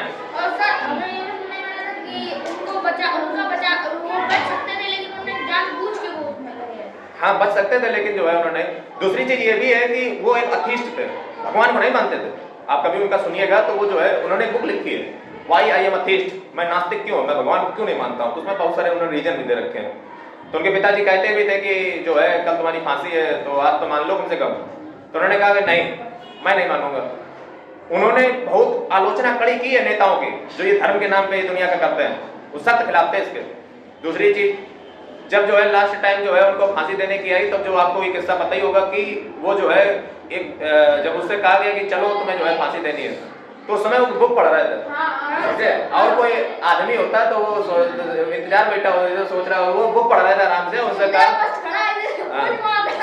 कि हाँ मेरी आखिरी इच्छा यही है कि अभी जो है थोड़ा सा बुक रह गया है, मैं नहीं। उनका जो स्टेटमेंट था वो ये था कि अभी एक क्रांतिकारी दूसरे क्रांतिकारी से बात कर रहा है, तो ये उनका स्टेटमेंट था। मतलब वो लेनिन की बुक पढ़ रहे थे, और लेनिन जो है रसिया का क्रांति जो हुआ था उसमें बहुत ताबड़तोड़ व्यक्ति था लेनिन। तो उसी की जो सोशलिस्ट विचारधारा थी उसका प्रभाव भारत पे भी है और भारत के नेताओं पे भी है, इन्फ्लुएंस होता है, क्योंकि उसी तरह रसिया भी आजाद हो रहा था 1917-1922 की तरफ, उसी का प्रभाव इन पे था। ऐसा नहीं था ये बहुत वैसे अनपढ़ व्यक्ति थे, बहुत पढ़े लिखे व्यक्ति थे। हाँ, मतलब पढ़ा लिखा व्यक्ति थे, आप इनको वैसा मत समझ लीजिए। मतलब पढ़ने में हर चीज में टॉप, हर चीज में जो है मतलब पढ़ने में, लेकिन उनकी जो विचारधारा थी वो थोड़ी सी मतलब उग्र टाइप की थी। मतलब दो तरफ के नेता थे, गरम दिल के, एक नरम दिल के। तो ये जो है हाँ गरम दिल वाले पार्टी का कुछ नाम था, इसी में भगत सिंह के नहीं दोनों होते हैं सर, पता सर, इसी में चंद्रशेखर आजाद, भगत सिंह, राजगुरु और पता नहीं कौन से, और ये भी सर इसी में कोई पार्टी थी, इसी में लाला। फिलहाल आज का हमारा टॉपिक वो नहीं है, इसलिए थोड़ा सा इधर साइड आ जाते हैं। आप देखिए 1927 में साइमन कमीशन ने जो है सबसे पहले इसका विरोध किस लिए हुआ, क्योंकि इसमें कोई भारतीय आदमी को शामिल ही नहीं किया गया। तो जब इसकी रिपोर्ट आई तो भारत के लोगों ने कहा कि प्रभु ये तो जब तुम बना के लाए हो नौटंकी, इसमें हमारे तो आदमी थे नहीं, और दूसरी चीज कि तुमने ये चीजें इसमें तो रखी नहीं है। तो इन कमेटी जो बनाने वाले साइमन थे, उनका एक व्यक्ति था बिलिलिलू जो ने कहा, उसका नाम था, उसने कहा ऐसे कुछ था नाम उसका, याद नहीं है। तो उसने पूछा कि सर काहे फालतू प्रधान का जो नहीं पता कहाँ पे निकला फालतू में। तो ये जो पर्सन था उसने जो है कहा कि अब तुम्हें हर चीज में चाहिए कि ये नहीं वो नहीं, तो एक काम करो तुम्हें बना के दिखा दो। उस समय जो है जो जवाहरलाल नेहरू जी के पिताजी थे मोतीलाल नेहरू, उन्होंने कहा कि चलो हम तुम्हारा एक चैलेंज एक्सेप्ट करते हैं, अब देखो हम तुम्हें बताएंगे कि संविधान बनाया कैसे जाता है। अब देखिए यहाँ से पहली बार संविधान की शुरुआत होने लगी है साइमन से। तो इन्होंने कहा कि और 1928 में नेहरू जी ने जो है पिताजी ने, ध्यान रखना, नेहरू जी ने जो है मोतीलाल नेहरू जी ने जो है पहली बार एक रिपोर्ट तैयार की, जिसको जो है उन्होंने कहा कि ये चीजें हमारे कॉन्स्टिट्यूशन में होनी चाहिए, जिसमें उन्होंने most importantly universal adult franchise पर जोर दिया था। मतलब हमारे देश में जो है ये अंग्रेज न डाल पाए थे, वो तो प्रॉपर्टी एजुकेशन के आधार पर वोटिंग दे रहे थे। हम लोगों ने पहली बार इसी रिपोर्ट में कह दिया था कि यहाँ पे व्यक्तियों को अधिकार 18 साल की जिनकी उम्र हो जाएगी उनको हम वोटिंग का अधिकार दे देंगे और कोई भी भेदभाव नहीं किया जाएगा। दूसरी चीज, अच्छा वोटिंग का अधिकार को क्यों उन्होंने ज्यादा प्राथमिकता दी, इसके पीछे कारण है कि उस समय बवाल वही पहले ही था, हिंदू मुस्लिम, तो सबसे पहले उनका दिमाग उसमें था। और भी बातें इन्होंने नेहरू रिपोर्ट में कही थी। एक चीज और इन्होंने इंपॉर्टेंट कही थी कि भारत को डोमिनियन स्टेटस दे दो। कौन सा स्टेटस दे दो? डोमिनियन। देखिए आजादी नहीं मांग रहे हैं हम लोग, डोमिनियन मांग रहे हैं। डोमिनियन का मतलब होता है कि यहाँ पे पूरा सरकार हम चलाएंगे, बस भारत के जो निर्णय है ना, विदेशी हो गए निर्णय, फॉरेन निर्णय, या भारत का हेड ऑफ जो स्टेट होगा वो विदेश की महारानी होंगी। सर ये नेहरू जी का कांग्रेस का था और इसी के विपक्ष में थे भगत सिंह वगैरह, उनका काम था पूरा करना, पूरा ही तरीके से बिल्कुल छोड़ दो। हाँ वो इसे फिलहाल अभी इनका भी चेंज होगा, अभी इनका भी माइंड चेंज होगा। जब यहाँ पे जितनी सारी डिमांडें रखी जाती, डोमिनियन मांग रहे थे हम लोग, डोमिनियन, समझे? हम आजादी नहीं मांग रहे थे, आजादी मतलब थी लेकिन हेड ऑफ स्टेट वहाँ का वो रहेगा और बाहरी जो विदेश के मामले हैं वो सब वही देखेगा बाहरी। तो डोमिनियन स्टेट मांगा। फिलहाल उन्होंने लोगों ने जो है इसको मना कर दिया, ले जा। तो अब जो है फिर शुरू हुई, फिर नेताओं के साथ बैठ करके शुरू हुई राउंड टेबल कॉन्फ्रेंस। ये क्या होती थी, जैसे बात नहीं बनी तो चलो सब लोग मिलकर बैठ करके जो देखो जा करके, तो सब नेताओं ने कहा कि हमें नहीं जाना उसमें, क्योंकि वो जो है जब बातें ही नहीं सुनी जाती है। तो राउंड टेबल कॉन्फ्रेंस हुई, 3 राउंड टेबल कॉन्फ्रेंस हुई, एक 1931 में, एक 31 में, एक 32 में, 3 राउंड टेबल कॉन्फ्रेंस हुई, गोलमेज सम्मेलन। इसमें डिसीजन क्या लिख, देखो बात हो रही है कि भैया चलो कोई पसंद नहीं है करो, कानून तो बनाना ही है ना, क्योंकि भविष्य में बनना क्या, कानून नहीं बनेगा सबके डिसीजन के बाद। तो ये तीनों कॉन्फ्रेंस में जो है एक आदमी जाता रहा भारत से, उसका नाम पता क्या था? अंबेडकर। वो जो है ये भी आज गए कहानी में, ये जो है हर गोलमेज सम्मेलन में गए। अच्छा सवाल ये कि इन्हें क्या लालच था, आप समझ नहीं रहे हो। देखो नेता हो तो वैसा हो, वरना हो ही ना। कारण ये है कि उन्हें जो अम्बेडकर थे ना, उन्हें इस बात से मतलब नहीं था देश आजाद होगा नहीं होगा, बात की बात। पिछली जातियों को भी पहले हमारी जाति को सुरक्षित करो, देश तो ये कार्ल मार्क्स जैसे विचार लग रहे हैं कि हमने भी इसी को कहते हैं कनेक्टिविटी। इनके विचार कैसे लग रहा है कि देश ये जो नशा हमें ना दिखाओ, हम पहले अपन ही सुरक्षित करेंगे जाति को, जो तुम हमें अत्याचार करने आए हो। पता चला देश आजाद हो गया, हम लोग आजाद ही ना हो पाए। आज देखिए ना रिजर्वेशन दुनिया में चलता है। तो ये देखिए व्यक्ति किस माइंड से सोच रहा है। ये इसलिए जा रहे हैं ताकि कुछ अपने बात उसमें लगा लो करके इस चीज से कुछ करवा दें अपना, तो उसमें सफल भी फाइनली पता नहीं होते कि नहीं होते। अब सफल तो नहीं पता, लेकिन कॉन्स्टिट्यूशन बहुत बड़ा सफल करते हो इनने। हाँ, तो ये जो है तीनों, ये क्वेश्चन करोड़पति पूछा गया, तीनों में कौन गया? अम्बेडकर जी का। दूसरा, अच्छा जो ये फिर जो है चूंकि सब बात हो गई तो एक व्हाइट पेपर तैयार हुआ और फिर कानून बन के आया, सब तैयार होकर के फ्रेश, और उसका नाम था गवर्नमेंट ऑफ इंडिया एक्ट 1935, 1935 का भारत सरकार अधिनियम। इसमें क्या कहा गया, इसके जो है ना ये बहुत बड़ा डॉक्यूमेंट था, पहले ये समझ लो। इतना बड़ा डॉक्यूमेंट है कि भारत का लगभग बहुत सारा पार्ट जो है ना अपने कॉन्स्टिट्यूशन में वो यहीं से उठाया गया। इसमें से बहुत सारी चीजें ली गई हमारे संविधान में, याद रखिएगा। ये इतना बड़ा डॉक्यूमेंट था। जैसे इसमें जो मेन बातें थी वो हम आपको बता देते हैं, ठीक है। इसमें जो मेन बातें थी वो हम आपको बता देते हैं। जैसे फेडरलिज्म का कॉन्सेप्ट यहीं से आया। फेडरल मतलब फेडरल सिस्टम। फेडरल सिस्टम क्या है कि भारत में जो है जो विषय होंगे ना, स्टेट लिस्ट, कॉन्करेंट लिस्ट और सेंट्रल लिस्ट, ऐसे विषयों का बंटवारा किया जाएगा। राज्य अपने देके, केंद्र अपने देके, बची हुई शक्तियां जो है दोनों जो है अपना मतलब जो है बची हुई शक्तियां जो है वो केंद्र के पास रहेंगी। दूसरी चीज, अच्छा एक चीज और समझ लो यहीं पे, जो मुस्लिम थे वो फेडरल नहीं चाहते थे, वो कन्फेडरल चाहते थे। कन्फेडरल का मतलब होता है कि बची हुई शक्तियां जो है ना वो केंद्र के पास नहीं, वो राज्य के पास चली जाए, ताकि राज्य अपने हिसाब से उसका प्रयोग करें, ना कि केंद्र के पास, क्योंकि ऐसे तो केंद्र ताकतवर हो जाएगा। लेकिन अंत में जीत किसकी हुई? फेडरल वाले नेताओं ने कहा, उनकी अलग मेंटालिटी थी, क्योंकि हिंदू ज्यादा है तो केंद्र में हिंदू बनेगा, और स्टेट का एक पर्टिकुलर स्टेट है तो वो अपने मुसलमान को जिता कर उसके पास, हाँ उसके पास पावर रहेगी। तो ये हम दोनों में लड़ाई थी। अब देखो जैसे कोई लोग नहीं पूछे, तुम तो पूछते हम कि बताओ भारत के टुकड़े हो गए तो इसके कोई बेनिफिट बताओ, तो इसका बेनिफिट यही है कि मुसलमान अगर यहाँ पे रहते तो वो कन्फेडरल करवा लेते, अच्छा हुआ टुकड़े हो गए, ये इसका फायदा भी है। समझ रहे? ये कोई भी पूछ सकता है तुमसे, फायदा बताओ एक टुकड़े का। सर लोकल गवर्नमेंट नहीं है, लोकल गवर्नमेंट नहीं, लोकल गवर्नमेंट तो बहुत पहले से आ चुकी है। अच्छा 1922 एक और पॉइंट है, अगर एक ही दिन में ना करा था, जैसे नहीं कहा गया था कि एक ही दिन में तुम इधर घूम रहे हो और पाकिस्तान मुसलमान न चले जाते, तो थोड़ा टाइम देते तो सब अच्छे शिफ्टिंग हो जाती तो दिक्कत नहीं रहती। अरे सब आसानी से हुआ था, वो दरअसल जिन्ना नहीं उलझ रहा था बीच बीच में, वही तो बवाली आदमी है मेन। सच्ची में बवाली आदमी, उसके बाद कोई पाकिस्तान में चलो ना। इस पे एक सीरीज बनी है, आप उसको जरा देखिए जाकर के। इस पे एक सीरीज बनी है संविधान, मैं हमेशा सजेस्ट करता हूँ सबको, उसमें कोई हमारा प्रमोशन नहीं है, भारत सरकार के द्वारा बनाई गई है, समझे। 10 उसके एपिसोड है, ऐसे यूट्यूब पे फ्री पड़ी है, संविधान उसका नाम है, समझे। तो उसके 10 एपिसोड है, उसमें पहले एपिसोड में देखिए जब संविधान बनाने वाले जब जाते हैं ना तो सबसे पहले महात्मा गांधी जी से आशीर्वाद लेने जाते हैं, और उनकी जो लाइनें हैं वो सबको सुननी चाहिए। उनसे कहते हैं कि महात्मा गांधी जी से कि संविधान कैसा बना है सर, तो उन्होंने कहा देखो संविधान ऐसा बनाना कि उसका जो भी बात उसमें लिखना वो देश के सबसे गिरे से गिरे व्यक्ति, सबसे निचले तबके को अगर वो बेनिफिट नहीं पहुंचाती है तो वो बात बेकार है। मतलब वो सारे प्रावधान बेकार हैं, अगर वो मतलब एक छोटा बच्चा तक की भी उसके बेनिफिट पहुंचने चाहिए। ऐसा नहीं कि तुम अपने लिए से बना लो जाकर के, मतलब सबका आप रखना जाकर के, ये उनका जो है मूल मंत्र था, मतलब देते टाइम कि ऐसा संविधान बनाना जिसमें सबको बेनिफिट हो, कुछ अमीरों के लिए ना हो, कुछ गरीबों के लिए ना हो, सबके लिए हो। मतलब कोई निचला भले बिल्कुल गिरा हुआ व्यक्ति हो उसको भी कुछ होना चाहिए, सबका होना है। सेंट्रल वाली बात पता है, इसमें एक और फैक्ट है कि सेंट्रल में इंग्लैंड मेनली उस टाइम बैठा था, डोमिनेंस था।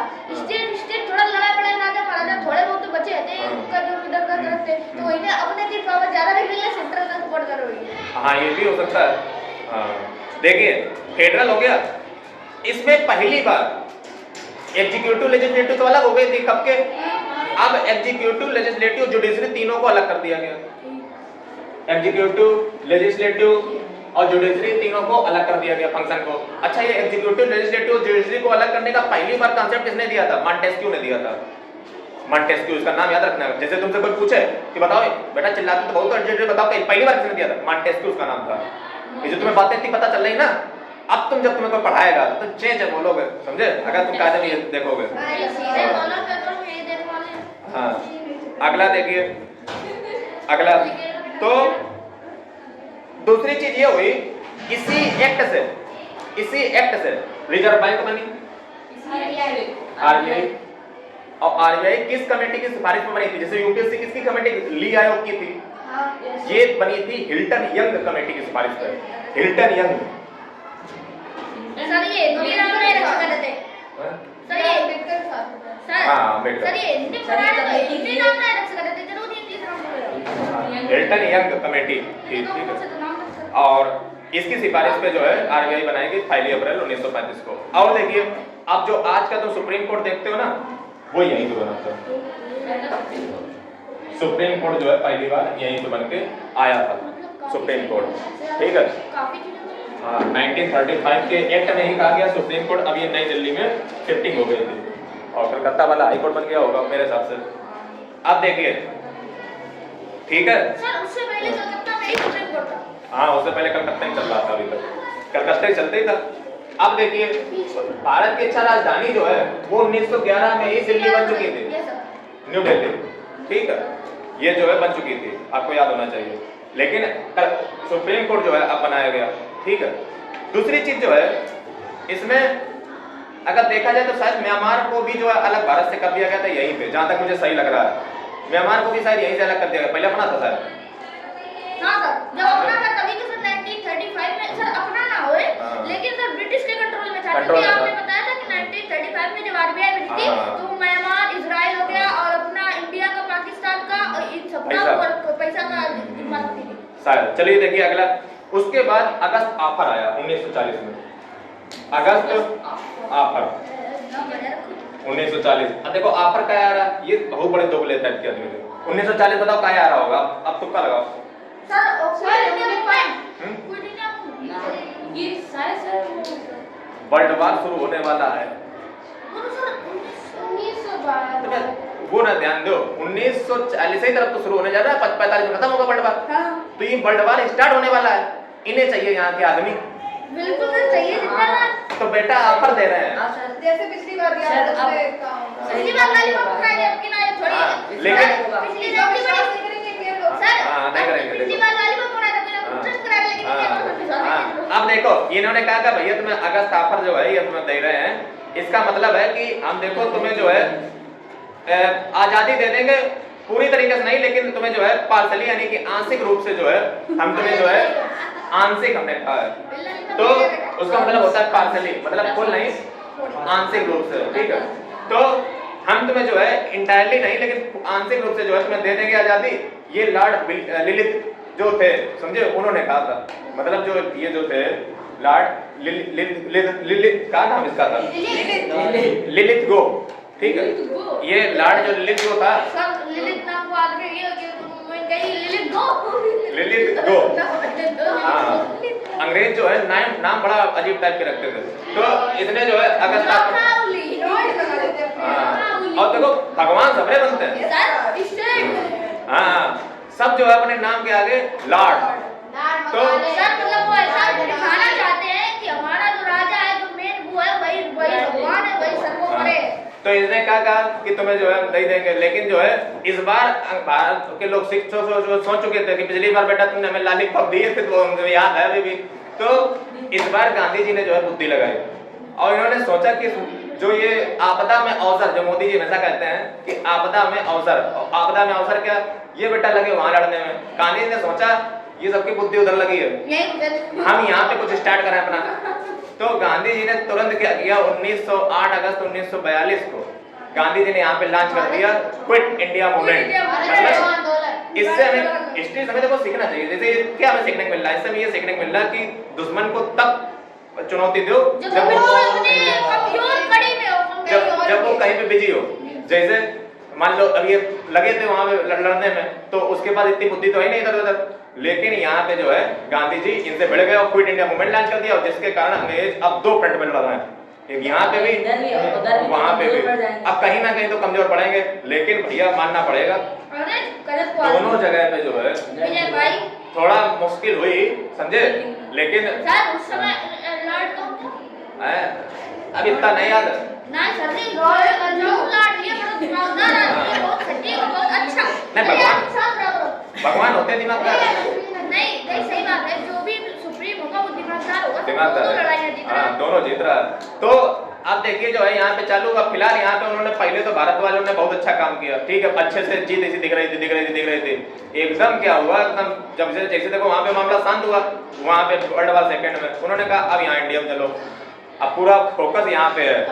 फिर उन्होंने जो धुलाई कार्यक्रम चालू किया है, सर वो ऑस्ट्रेलिया वाला हत्याकांड का वो जो कुआं हो गया था वो सब चालू करो। नहीं वो तो उसमें था 1919 तक, तुम यहाँ का ले आए हो, वो तो पहले वर्ल्ड वार में था। तो यहाँ पे जो है उन्होंने धुलाई कार्यक्रम जहाजों से लेके सबसे जो है उन्होंने खूब बरसाया, और अंत में जो है हम लोग सब सरेंडर हो गए। और इसी के चक्कर में क्या हुआ कि हमारी जो आर्मी थी वो चुकी थी थक, और उसने कहा कि हम जो है अब इनकी जो है मदद नहीं कर सकते, हमें खाना अच्छा मिल नहीं रहा, अंग्रेज हमें कुछ अच्छा दे नहीं रहे हैं, तो भारतीयों के पास मौका था कि तुम इनके खिलाफ लड़ जाओ जा करके। लेकिन गांधी जी के अब विचार देखिए, उन्होंने उनसे ये कभी नहीं कहा कि तुम जो है उनकी सरकार के खिलाफ खड़े हो जाओ जा करके, सरकार उनकी तो सरकार की तो वो आदमी। गांधी जी के आज विचार देखिए, यही होते हैं जो आदर्श होते हैं ना, यानी कि जो विचार आपके होते हैं वही वो। हम गांधी जी जरा से छपरीपन के चक्कर में वहां पे कहलवा तो देते कि भैया जो है तुम हमारे साथ खड़े हो जाओ, लेकिन भविष्य में जब आजाद देश हो जाता तो फिर कोई भड़का देता यहाँ के जो सैनिक हैं कि तुम इस सरकार के खिलाफ खड़े हो जाओ। और पाकिस्तान के यही बेवकूफी, वहाँ के जो इसलिए कहा जाता है जो नेता होना चाहिए बहुत आदर्शों से भरा हुआ होना चाहिए, उसके स्वयं के विचार इतने उच्च होने चाहिए ताकि भविष्य में वो एक मतलब नजारा पेश करे कि ऐसा कोई करने की कोशिश मत कीजिएगा। तो गांधी जी ने देखो छपरीपन नहीं, ये नहीं कि तुम कह दो, हालांकि करने को कर देते, सब ये सोच रहे थे कि कोई कह दे तो नेता जैसे मान लो गांधी जी का कह देते तो काम हो भी जाता,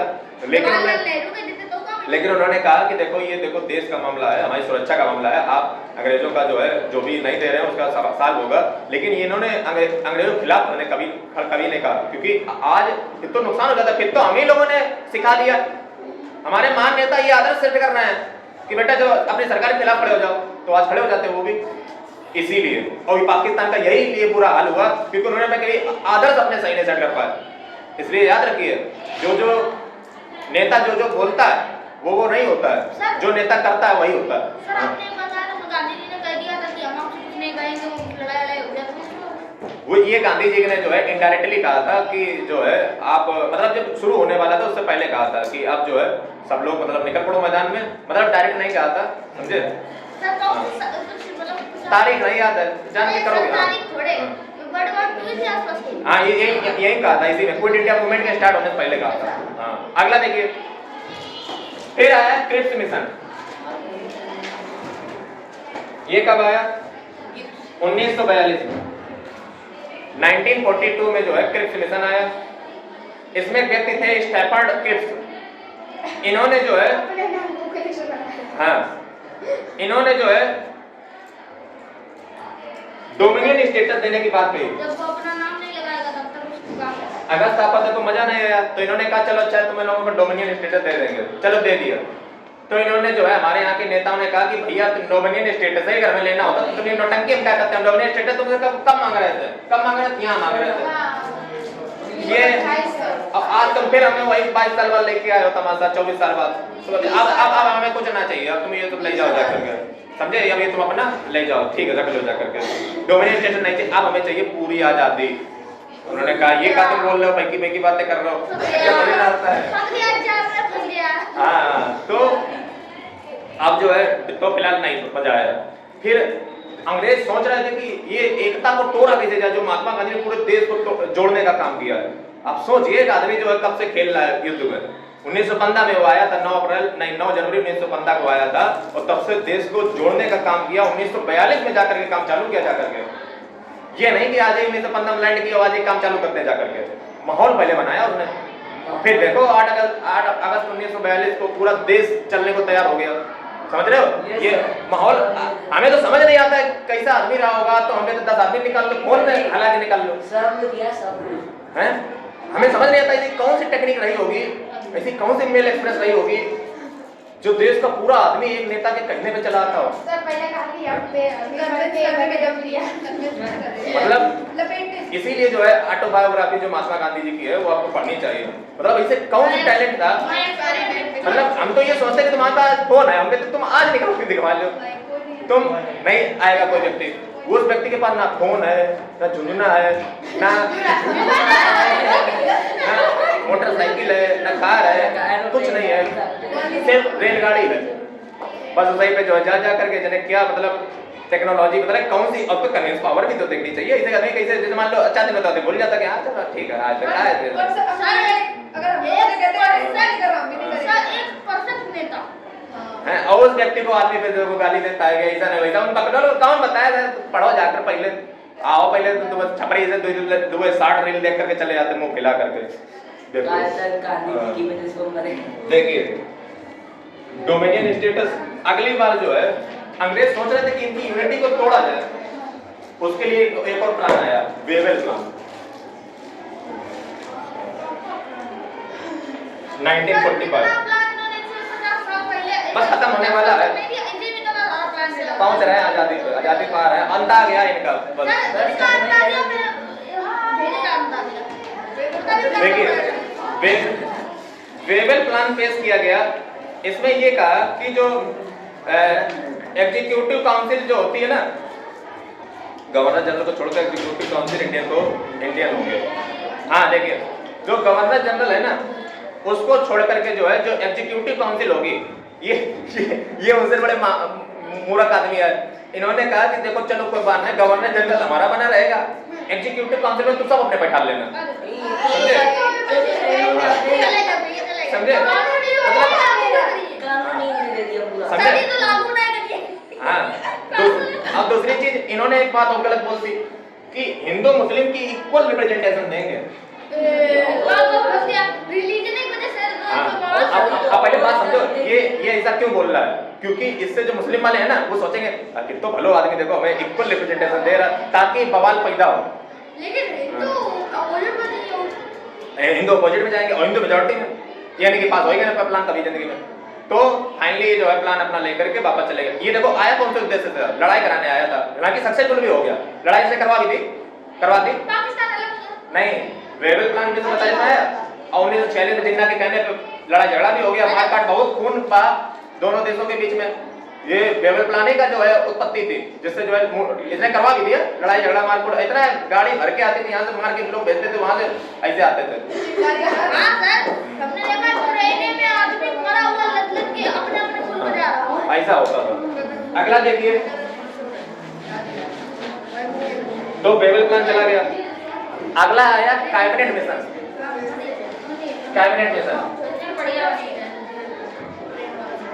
ये जो है 1946 में कैबिनेट मिशन, और इसने जो है कहा कि हम जो है भारत में कन्फेडरल सिस्टम लाएंगे, वो वही वाला, यानी कि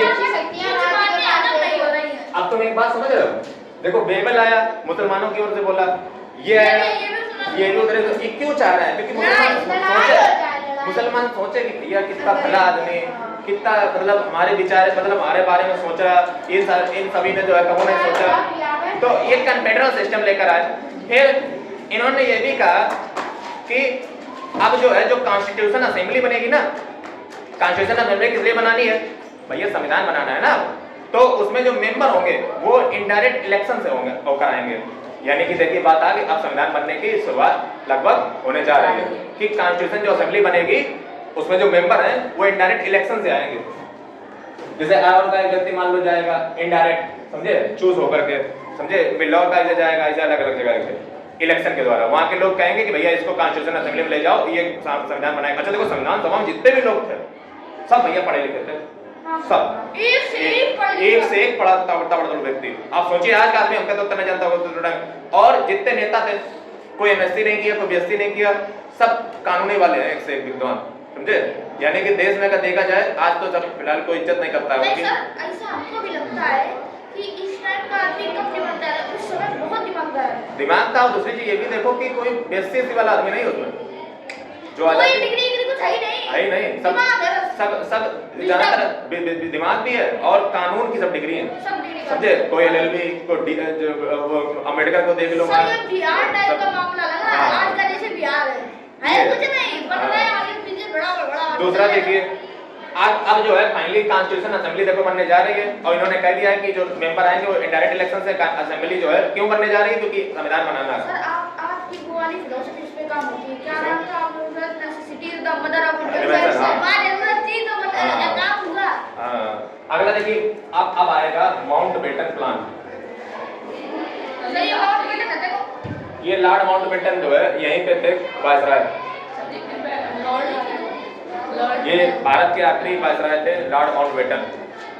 आप एक चीज को याद रखिएगा, ये गवर्नर जनरल भारत के पहले थे और वायसराय अंतिम थे। ये कोई को पता नहीं होगा, तुम पहले बात समझ लो, फिर मेरी बात को सुनो। ये भारत के पहले नहीं, भारत के आखिरी वायसराय थे। भारत के आखिरी वायसराय थे और पहले गवर्नर जनरल थे। अब तुम्हें ये बात नहीं हजम हुई होगी कि चलो वायसराय समझ आ गया कि भारत बंद होने वाला है तो अब वायसराय तो खत्म ही हो गया, लेकिन पहला गवर्नर जनरल तुमने कैसे कह दिया? वो तो पहले होता वो तो अब तो प्रेसिडेंट और प्राइम मिनिस्टर बनेंगे। बात को समझो, बस यही तो इंटरेस्टिंग चीज है, यहीं से क्वेश्चन पूछे जाते हैं जो तुम्हें पता नहीं होगी। ये जो है पहले भारत के गवर्नर जनरल बने इंडिया के। फिलहाल पहले दिए तो आप समझ गए, ठीक है? खत्म होने आया मामला, चुके जाएंगे पैक करके तो प्राइम मिनिस्टर बनेंगे, अगर प्रेसिडेंट बनेंगे। ये कहां से आ गया? अब देखो समझो बात को, अब इसको हम पेंडिंग में डाल देते हैं, बस दिमाग में डाल लेना। फिलहाल पहले इनका हम प्लान सुन लेते हैं।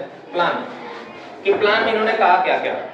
माउंटबेटन ने कहा कि हम जो है भारत से वायसराय को खत्म कर देंगे। ठीक है, खत्म करना ही पड़ेगा क्योंकि हमें प्रेसिडेंट और प्राइम मिनिस्टर बनाना पड़ेगा। दूसरी बात इन्होंने ये कही कि हम ब्रिटेन की जो पैरामाउंटेसी है, यानी कि ब्रिटेन का जो मान लीजिए जो है एम्पीयर है, वो जो है खत्म हो जाएगा और ब्रिटेन की कोई जो है कुछ नहीं बचेगा। ठीक है, फिर हमने ये भी कहा कि सेक्रेटरी ऑफ स्टेट वही हट जाएगा, सेक्रेटरी ऑफ स्टेट चला जाएगा। दूसरा, सम्राट इंडिया का जो है वो भी पद चला जाएगा। भारत में जो सिविल सर्विसेज होती हैं वो भी बंद हो जाएंगी। सिविल सर्विस बंद कर दी गई, बात समझिए। वही अधिकारी जो थे इसको ये बंद ही रहती है अगर सरदार पटेल ना बीच में कूदते, समझ रहे? फिर हाँ, गवर्नर जनरल जो है, अच्छा नहीं, और जो है कॉन्स्टिट्यूशन असेंबली इसके बाद जो है बनती है। ठीक है, इसके बाद जो है कॉन्स्टिट्यूशन असेंबली बनती है। कॉन्स्टिट्यूशन असेंबली की पहली बैठक, सब चुनाव ना हो गया, कॉन्स्टिट्यूशन असेंबली में मेंबर जो थे वो शायद 389 मेंबर थे, 389 मेंबर थे। ठीक है, ये बात आपको याद होनी चाहिए। उन 389 मेंबर में से 9 दिसंबर 1946 को पहली कॉन्स्टिट्यूशन की मीटिंग होती है। अब सीधी बात, एक पनौती आदमी नहीं आएगा, कौन नहीं आएगा? पूरे मुसलमानों ने बाइकआउट किया। अरे फेडरल नहीं मिला ना, फेडरल मिल रहा है तो सबने कहा कि भैया हम तो ना आएंगे, हमारे को रिप्रेजेंटेटिव नहीं, हमारे को कुछ ही नहीं आएंगे।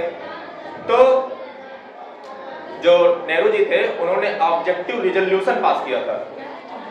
ऑब्जेक्टिव रिजोल्यूशन किताब में सब लिखा, हमने तुम्हारी देखी है, लेकिन पता नहीं तुम कहाँ सोचते रहते, तुम्हें इसे पता ही नहीं। रिजोल्यूशन, इसमें ये लिखा था कि भारत का जो संविधान बनेगा, क्योंकि संविधान बनने जा रहा है, ये पूरा जो सीरीज है तो बताइए संविधान वाली, उसमें देखिएगा कितने अच्छे से आते हैं, सब बढ़िया शुभारंभ होता है, समझे? तो ऑब्जेक्टिव रिजोल्यूशन जो है, ध्यान रहो कि ना बस खत्म होने वाला है, आजाद होने वाले हैं ना। देखो 9 दिसंबर 1946 में, आपको लिखने में नहीं, जल्दी आ जाओ देखो खत्म। देखो ऑब्जेक्टिव, सुन लो जरा, ऑब्जेक्टिव रिजोल्यूशन लाया गया, उसका मतलब क्या था? सुन लो बेटा, क्या फालतू में जो है जिंदगी में कुछ सुनने का मिलेगा। 9 दिसंबर 1946 को पहली बार ऑब्जेक्टिव रिजोल्यूशन किस लिए लाया जा रहा है? क्योंकि संविधान बनाने जा रहे हैं तो सबसे पहले उसकी थीम तो क्लियर करते हैं, समझा तो दें कि भैया क्या बनने वाला है। जैसे बड़े बड़े शब्द जोड़े गए, कि ऐसा हमें चाहिए, मतलब यही जो आत्माई प्रेमबल है ना, वो यही ऑब्जेक्टिव रिजोल्यूशन है। सर माउंटबेटन से पहले क्यों हुआ था? ये उन्हीं के टाइम चल रहा है सभी लोग, समझे। और भारत के जो है, मैं आपको बता दूं, ये गवर्नर जनरल बन चुके हैं माउंटबेटन। ये हो किससे रहा है? ये गवर्नमेंट ऑफ इंडिया एक्ट 1947 के तहत ये सब जो है काम चल रहा है। इसमें जो है ये जो वायसराय है वो हट चुका है, अब वायसराय क्या बन चुका है? Governor general of India. अच्छा क्यों बनना है? पहले बात को समझिए, क्योंकि अभी प्रेसिडेंट है अनुपस्थित, बनाने का काम चल रहा है। तो जब तक अभी साइन नहीं हो जाएंगे तब तक ये नहीं गवर्नर जनरल। हाँ, अब आप ऐसे समझ लीजिए, इस समय जो पार्लियामेंट है ना अपने भारत की, और sir governor general of India नाम रखने का भी ये मतलब है वाइसराय जब पूरा ब्रिटेन आया था तब उसका राजा टाइप से था। अब फिर बैक आ गए। गवर्नर जनरल जो पहले था ना केवल थोड़ा एरिया का जो वो इसीलिए इसको बनाया गवर्नर। तो ये गवर्नर जनरल अंतरिम है, मतलब ऐसे टेम्परेरी बना है, और जैसे जो दिन ये साइन कर देंगे प्रेसिडेंट अपना बन जाएगा, समझ रहे हो? तो अभी और इस समय पार्लियामेंट कौन है? पार्लियामेंट यही काम कर रही है, कॉन्स्टिट्यूशन जो असेंबली है ना, यही पार्लियामेंट बन चुकी है, समझे? यही पार्लियामेंट बन चुकी है। और चला कौन रहा? Governor general of India. फिलहाल पहली जब बैठक होती है 9 दिसंबर 1946 को, तो पहली जो अध्यक्षता इसकी करते हैं वो करते हैं सच्चिदानंद सिन्हा। ये क्वेश्चन पूछा जाता है कई बार एग्जाम में, चेयरमैन नहीं अध्यक्ष मान लीजिए, हाँ जो भी हो फिलहाल। तो ये जो है पहली बैठक की अध्यक्षता कौन करते हैं? सच्चिदानंद सिन्हा। लेकिन उनको हटा करके जो है 11 दिसंबर 1946 को ये रिजोल्यूशन शायद 11 को पेश किया गया, 9 का, हमें थोड़ा कंफ्यूजन है। तो ऑब्जेक्टिव रिजोल्यूशन में था क्या कि आत्मा क्या होगी, और यही ऑब्जेक्टिव रिजोल्यूशन आगे चल के पता क्या बनेगा? आज की जो तुम्हारी प्रेमबल है ना, उसमें जो शब्द हैं वो यहीं से हैं, मतलब एक खाका, इंट्रोडक्शन, आइडेंटिटी कार्ड। अब देखो सीधी सी बात है, इसमें सच्चिदानंद सिन्हा थे, इसमें डॉक्टर राजेंद्र प्रसाद को परमानेंट नियुक्त कर दिया जाता है। अब चीज समझिए पहले, डॉक्टर राजेंद्र प्रसाद क्यों आए? भैया यही प्रेसिडेंट बनेंगे जाकर के, इसलिए तो पढ़ते हो ना, पहला प्रेसिडेंट कौन? राजेंद्र प्रसाद। कहां से आए? अब ये तुम्हें कहानी समझे भाई, समझे? ये कॉन्स्टिट्यूशन असेंबली को हेड कर रहे हैं। सर सिर्फ 2 दिन में हो गया सब सिस्टम। हाँ, चेंज कर दिया, कोई कारण रहा होगा सर। तो मतलब पहले सच्चिदानंद सिन्हा को पहला प्रेसिडेंट बनाने की सोची वो जा रही टेम्परेरी थे। राइट? फिर टेम्परेरी, पता नहीं ऐसे गलती सोच लिया कि हो सकता है सर कि पहले सच्चिदानंद सिन्हा को बनाया जाने वाला हो, फिर उसके बाद कुछ झगड़ा हो गया, कुछ किया हो तो फिर हाँ कुछ भी हो सकता है। फिर यहाँ से परमानेंट नियुक्त कर दिए गए डॉक्टर राजेंद्र। उसके पीछे कारण ये था कि ज्यादा उम्र दराज थे और बहुत, आप उसमें संविधान सभा में देखिएगा, वो जो सीरियल नहीं बताया कितने अच्छे से जो सबकी बातों को सुनते थे, मैनेज भी कर लेते थे, ये उनके अंदर खूबियां थी, और किसी की बात का बुरा जल्दी नहीं मानते थे डॉक्टर। हाँ ये जो थे, ठीक है। अब देखिए जब ये सब हो गया, अच्छा मुस्लिम वाले, अब उनके दिमाग में 2-4 बातें घूमी कि बेटा अगर हम लोग ना गए तो पता नहीं लोग का बना ले, 2-4 चीजें लगाई उसमें। हाँ, मुस्लिम हटाओ। हाँ, तो इन्होंने सोचा कि यार एक काम करो, चल जा बैठ के देख लेने लगा, देखो बोलिए नहीं चल कुछ बैठे तो समझे, तो चाय पानी तो कर लेंगे। फिर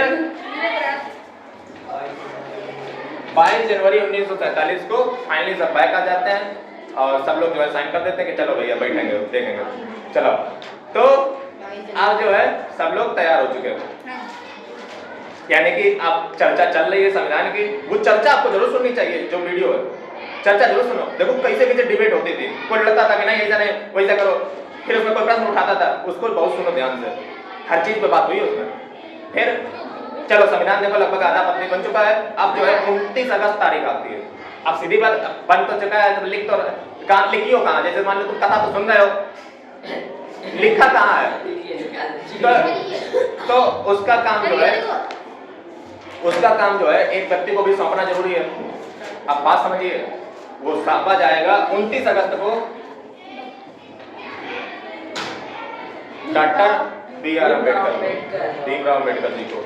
ये याद रखिए, ये इन्होंने संविधान लिखा नहीं, पहले तो बात ये समझ लो।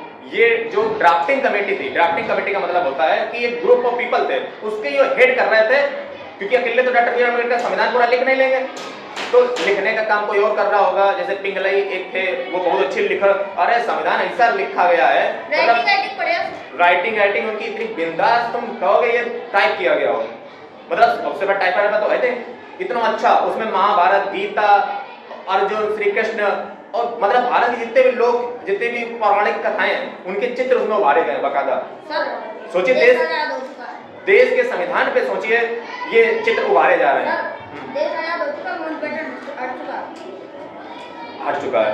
अब गवर्नर मतलब हम समझ गए, माउंटबेटन हटा तो उनको एक आदमी चाहिए तो थोड़ा नेतृत्व करने वाला हो तो उसको बैठा दिए।